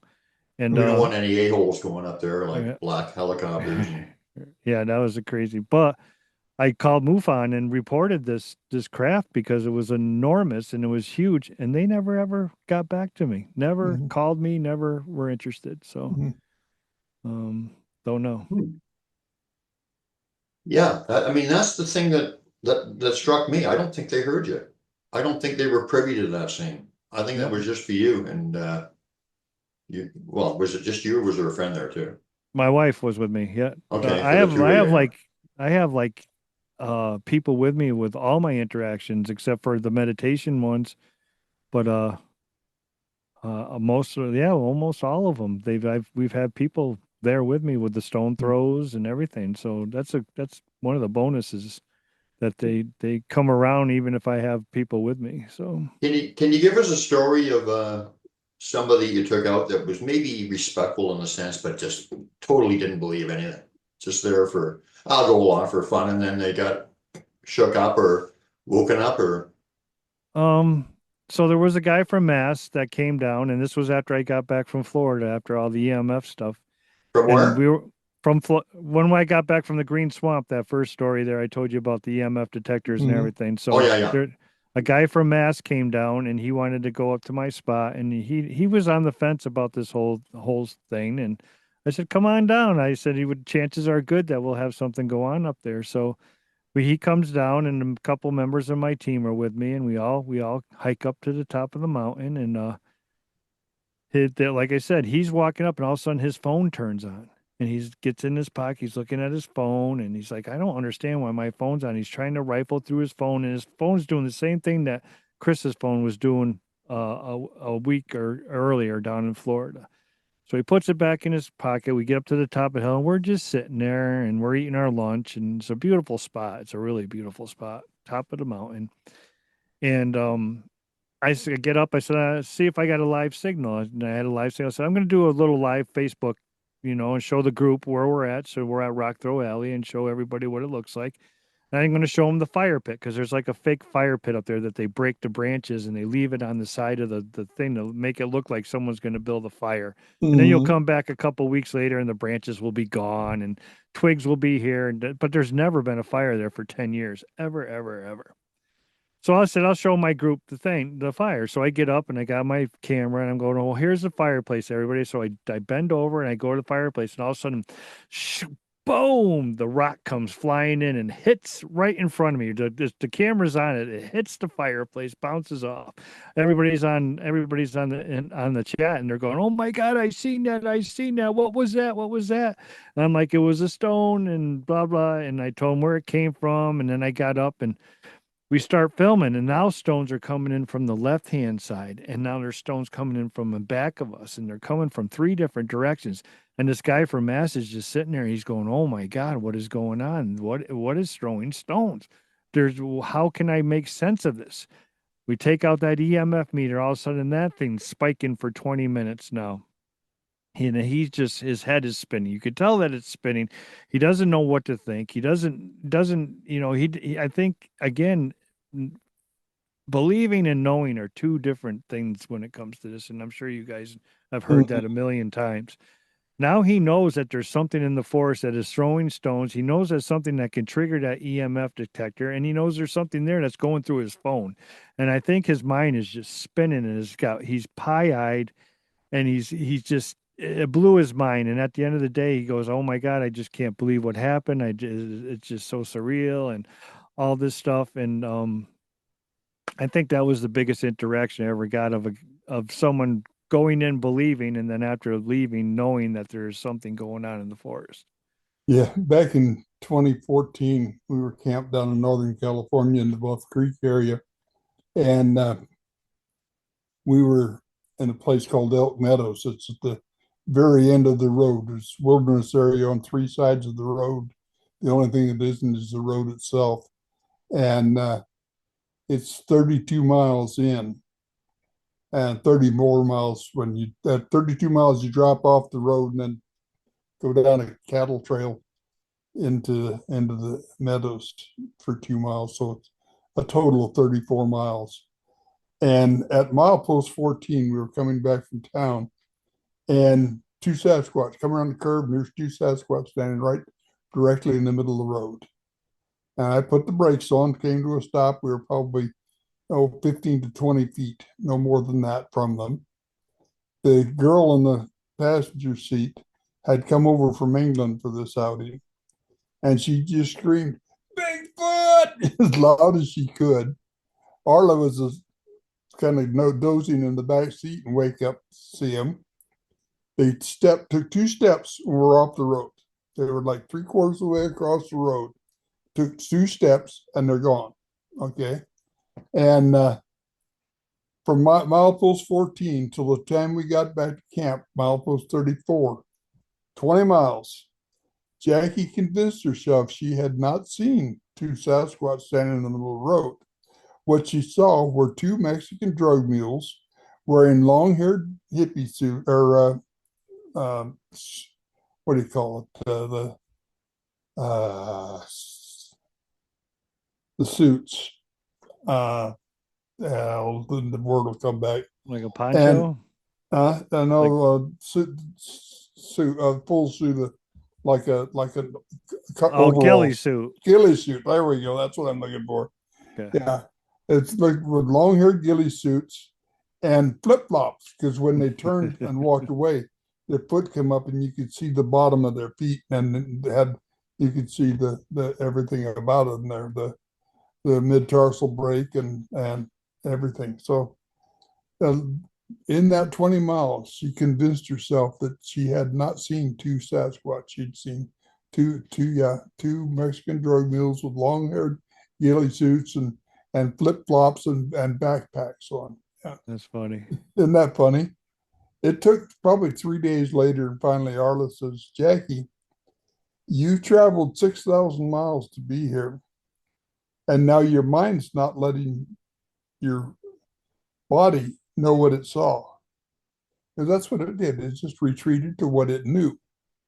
It had never seen a Sasquatch, but it knew what drug mules were. And it had never seen Osman pads, but it looked like flip-flops, and they knew what they were. And she just everything was that way. Finally, Arla got a hold of her and got her to thinking about it. And by the time we left camp, she was back to, she understood what she'd actually seen. But it was such an eye-opening thing to watch that transpire like that from full knowledge. I mean, they were right there. They were, to what she desired them to be. Yeah. It was amazing. I'd like to say, and I don't think that's what happened here, because I think she saw a Sasquatch, and then her logic, or faulty logic, tried to convince her otherwise. And that's Right. That's where you're going. But there's also incidences where I was walking along a forest path with a friend of mine, and it was about 12 feet wide, dirt path in the forest. And we had just come back from a 3-day excursion, had lots of experiences.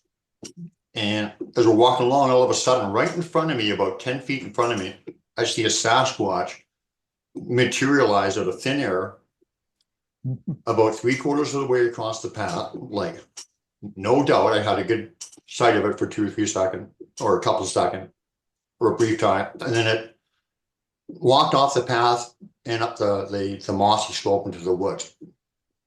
Completely invisible, appeared out of thin air. And I said to my friend, "Did you see that Sasquatch?"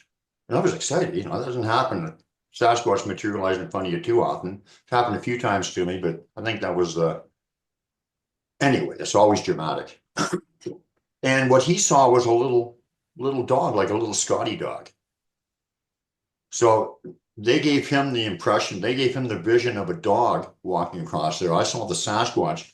My point is they can give you any visual, audible, or sensory experience that they want.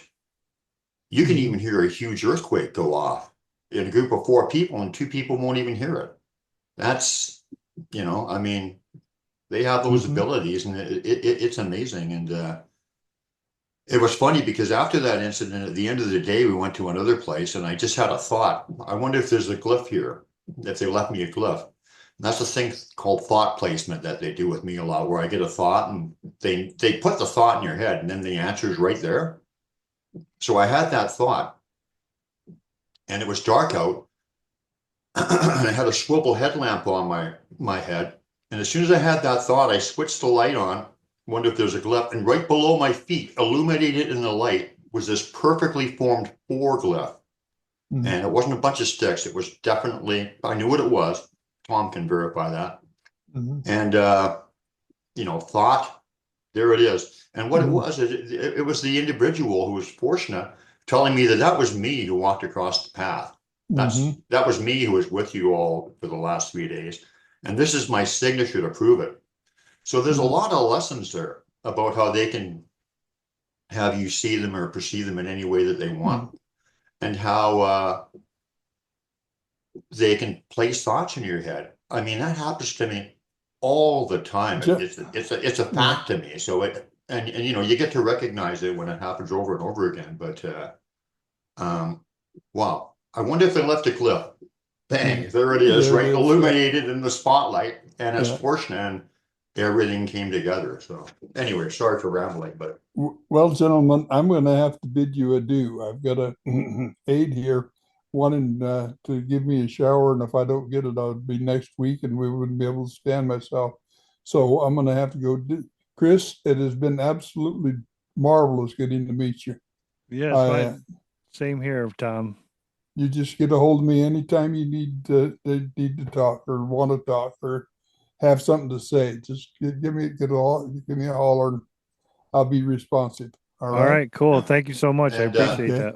and do And me a favor, Thom. yes. Uh, tell your crew there at the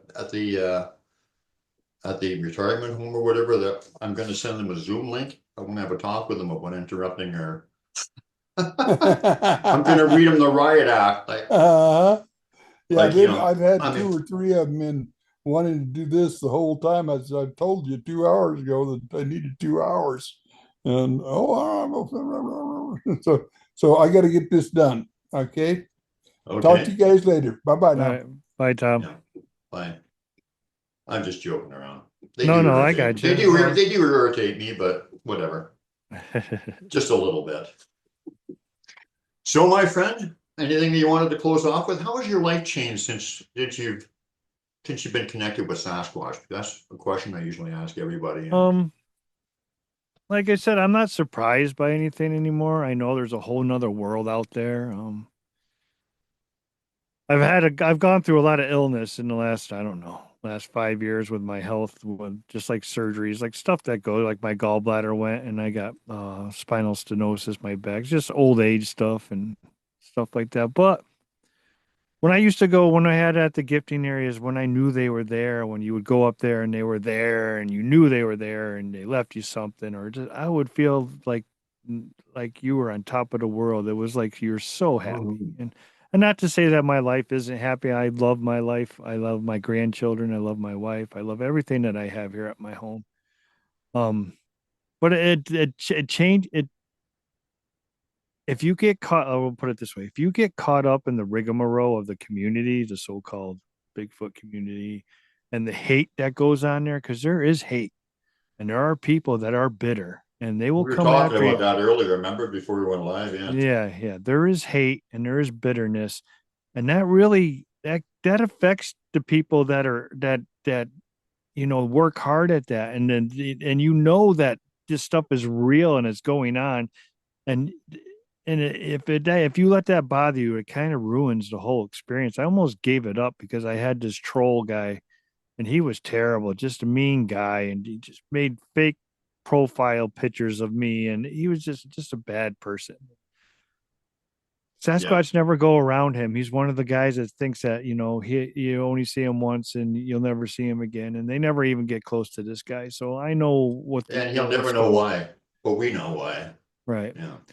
But once you block that out and you don't pay attention to that, it's a pretty crazy ride, and it's filled with a lot of discovery, and it's filled with a lot of happy feelings. I never feel sad when it comes to these guys or when they're out, and you're out in nature and all that, which is a great thing. So all in all, it's a great feeling. Just don't let all that other junk get to you. You know what I mean? Yeah. Yeah. Yeah. Well, So, I've been very disillusioned with Facebook too, but I've been disillusioned with the people who are so-called enlightened or whatever, like the people who are supposed to know the difference about judgment and love and all that stuff. I don't know, man. I just see a bunch of hypocrites out there that are talking, preaching, connection, whatever, and all they're doing is trying to tear everybody down and yep. Trump bad. Right. That's the point. Sorry I said that, but that's the one point where you really realize the division between people is, politics or whatever. And that, I'm Right. Yeah. sorry I Don't said let, that because don't, I don't want to get into that. But anyway, there's some awful people who are preaching a lot of good things or whatever and talking a good talk, and they're not realizing that they're doing exactly what they're preaching against. And that just right. kind of like I'm just fed up with it. Yep. I So don't know. I'm actually thinking of even getting out of the community. I mean, I'm just like I don't need it.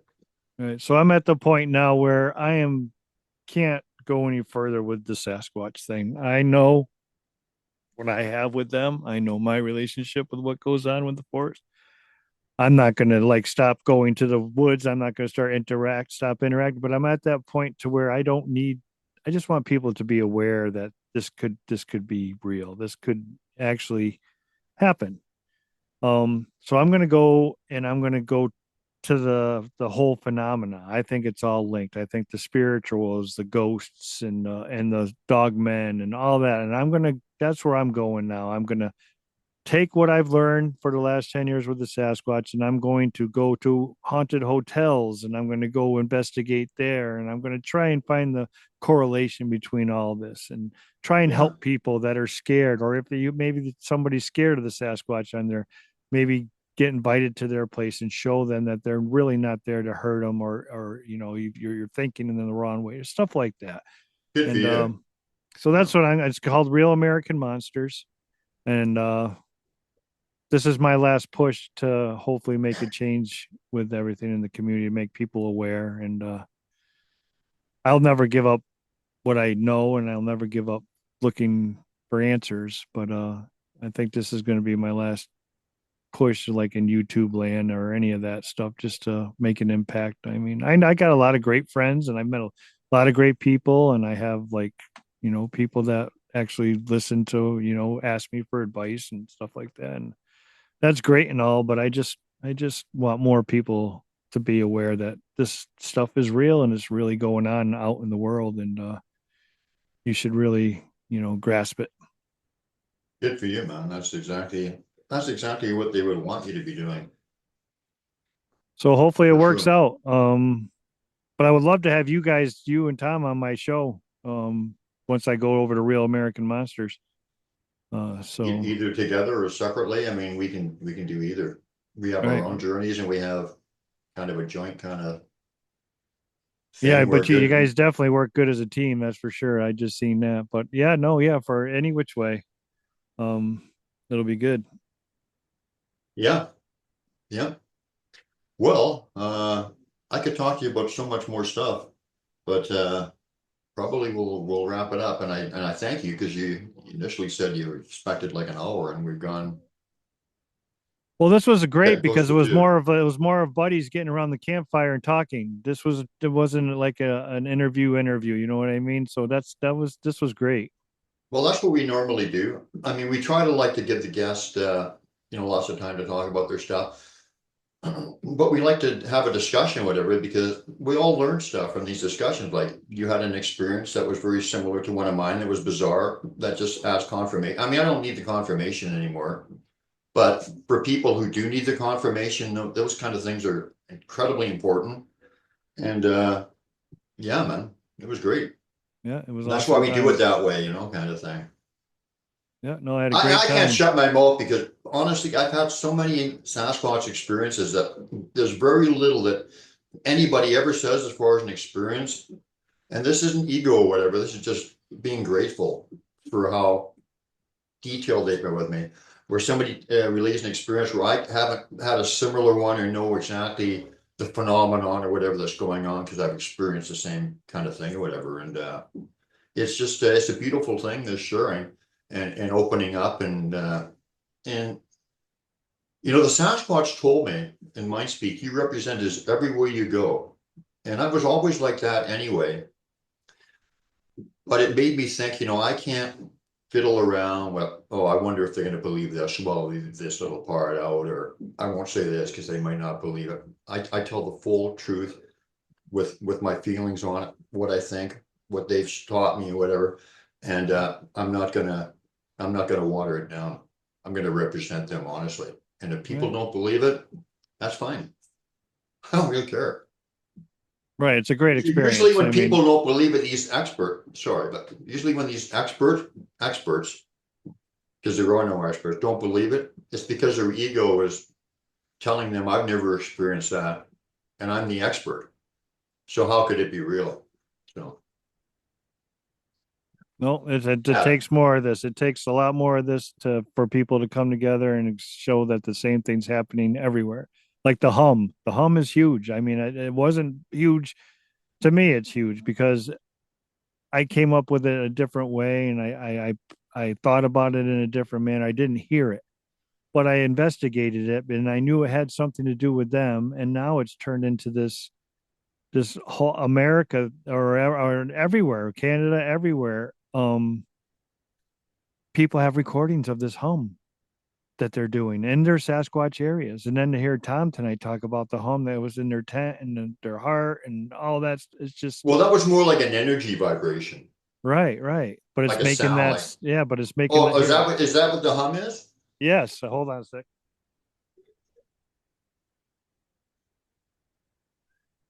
All right. So this is a 40 hertz tuning fork. This is what the hum sounds like. You got to listen close because it's almost infrasound, and it's just like a hummingbird because you can't hear them unless they're zooming around your head. If they're 10 feet from you, you can't hear the hummingbirds. So here we go. See if you guys can hear. I'm not sure if you'll be able to. I can feel it, kind of. Is it? Yep. So that's a 40 hertz. Yep. Just like a hummingbird wing. Interesting. So I've actually called them in with this at the area. Now this won't work at a Walmart parking lot. You're not going to be the Pied Piper of the Sasquatch and go to Walmart and ring the 40 hertz anything, and you're going to have a flock of Sasquatches going to come down to see you.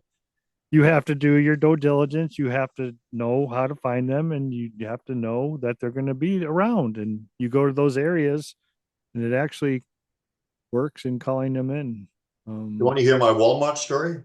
Walmart, did I say Walmart? We're both Walmart. having problems talking today.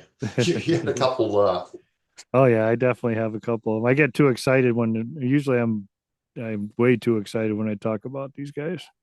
So I'm at Walmart with my wife. And she went into the store. Like the Sasquatch will leave me messages anywhere and everywhere, or the universe. Sometimes it's just the universe.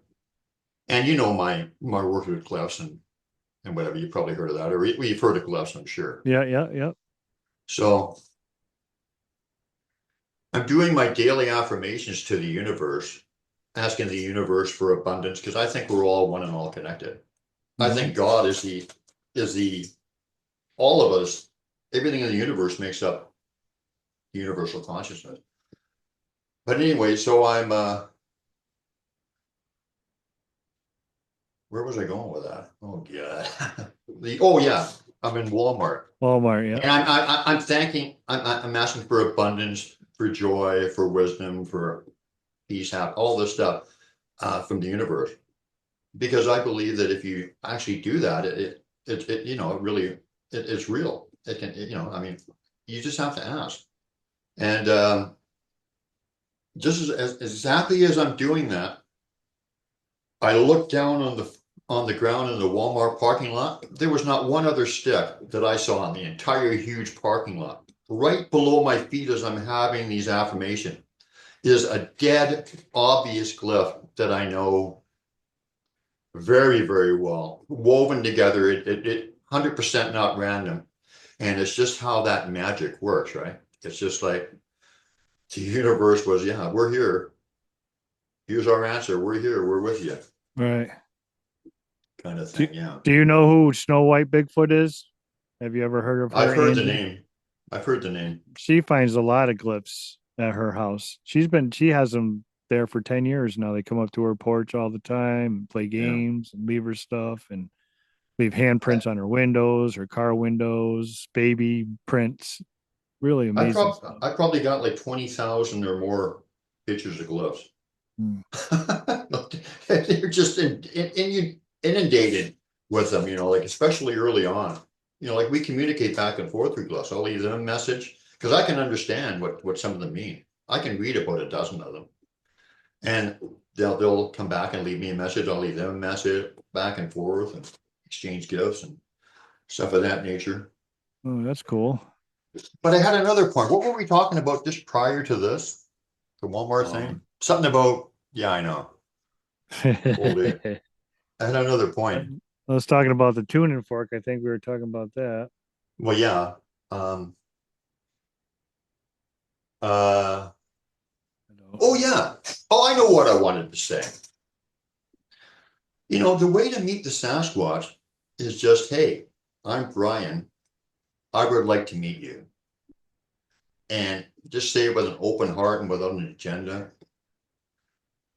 And, it's as simple as that. You don't need to go out there with game cams and some big, huge investigations and all these things that sometimes get resolved, but they don't really get, they may get some physical results, but they don't get anything that's of importance like the teachings of the Sasquatch people or whatever. That's where the woo and whatever that they say doesn't exist is where the real understanding of ourselves and them begins. So it just doesn't make any sense to me. Oh, I know. I just want people to be aware. I think if more people were aware, I think it'd be more doors would be answered, more questions would be answered, more doors would be opened, and there's this kid there, he was called he just passed away. He was on YouTube. He was called something Drifter, and he went to all the like he was out in New Mexico climbing into all the old ancient structures and everything, and going into the Grand Canyon and finding like the Egyptian places where the Egyptians were and made huts and stuff like that. Died in a huge car accident. Now, is that just by coincidence, or when you get too close to something, is that it? You know what I mean? Could be, yeah. I mean, I yeah, don't know what that brought it up. That just something sparked my brain into talking about that. But what happens if we get too close? I mean, I had that chopper. That's not an everyday occurrence. You know what I mean? Having I had no lights on this copter. And then my buddy, he's an airline mechanic. He works on planes. He says they have to register their flights, any flight, Army, Navy, Air Force, Marines, Delta, American, helicopters, private planes, they all have to register their flights. And you can yeah, find it on the internet. There's a place where you can look at them on the internet. We looked everywhere and we could not find that chopper that night. And my whole family's seen it. yeah. Um, Well, the message the Sasquatch people have of connection and no fear and no division. They're not believing the lies that the media tells us and the things that we've been perpetrated against us forever that we're different. And we're supposed to judge everything on the differences. Well, that's all crap. And when we're divided like that, we're much easier to control. So I think if the government, which they probably are privy to the message of the Sasquatch people, which is about connection and no fear, because they took my fear away. I asked them to one day. They took it away, and it was just like wow. If they're aware of that, they don't want that. They don't want people coming together. They don't want people knowing that we're all connected, that we have power and how powerful we are as individuals. They don't want people to know that every thought and action that you have affects you and the collective. They don't want any of that stuff. They want us to think that we're just a bunch of dumb people who there's no spiritualism, and and and believe all the nonsense that they're feeding us or whatever. And the Right. Sasquatch people have a totally different message. So I've often wondered, maybe that's why they want to take them out. They're not out for our own. They're not out for our good anyway. I mean, the black Right. hawk guys, whatever, So they're so not out what to. They're not out to advance our consciousness. Put it that way. so what's a good glyph to use in the forest? If you wanted to connect with them, Yeah. it doesn't matter what you use, but I would peel them so they stick out. So they're kind of like, peel the bark off them so they Yeah. really stick out. If you want to, so your name is Chris. If you want to use a C or something and say, this is me, I'm introducing myself, this is me, and see if they do anything. And I have Yeah. suggested that, and people have had results for sure. All Absolutely. right. But it doesn't really matter what the symbol is, it's your intention.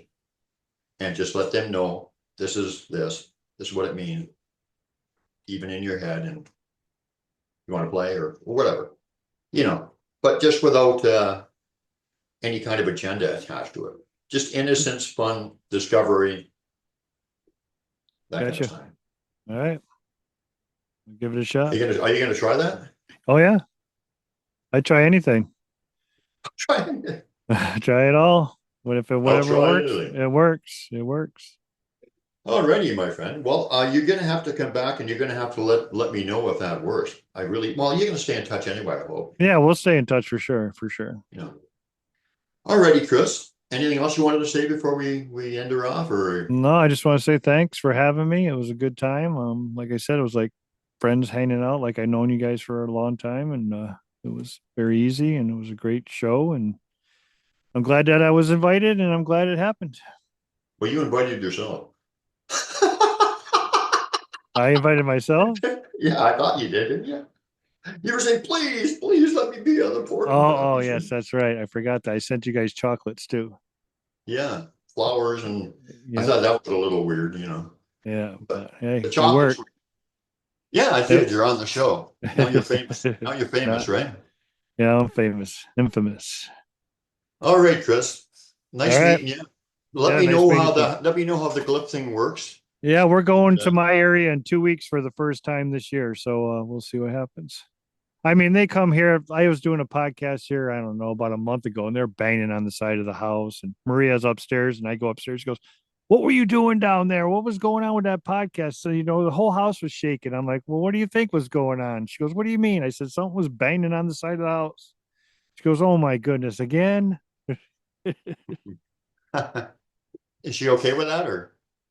She's a little freaked out. She's not into it like I am. We had something parallel us up my area at one time, and she hasn't been back in the woods since.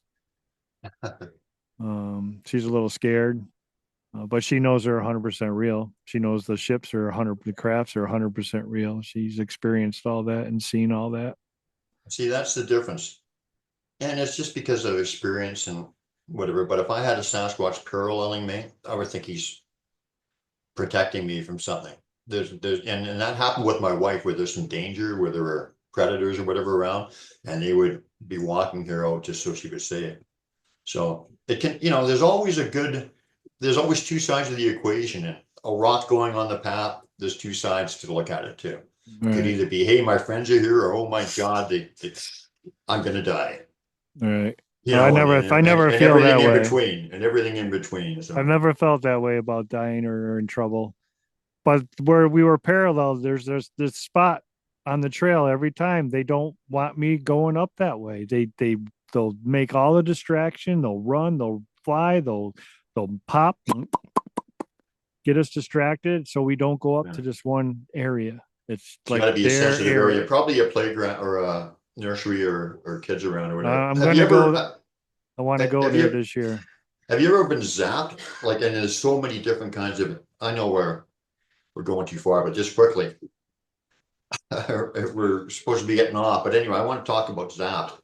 There's so many different experiences when it happens, and sometimes it's and for different reasons. Sometimes it's because you're going in around in a sensitive area they don't want you to.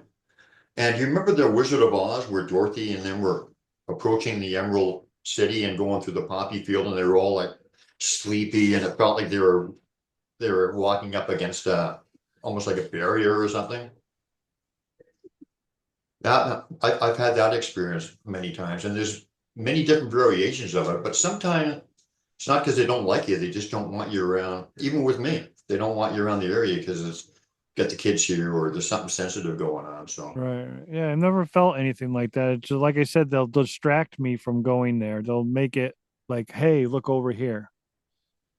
yeah, I get that too. Yeah, no, and I But understand. Yeah, I don't know. Maybe I have. I mean, we've gotten lost before where like I just told you we did the pattern hike. We did the same hike all the time. All of a sudden we're in an area and we're at this pattern hike.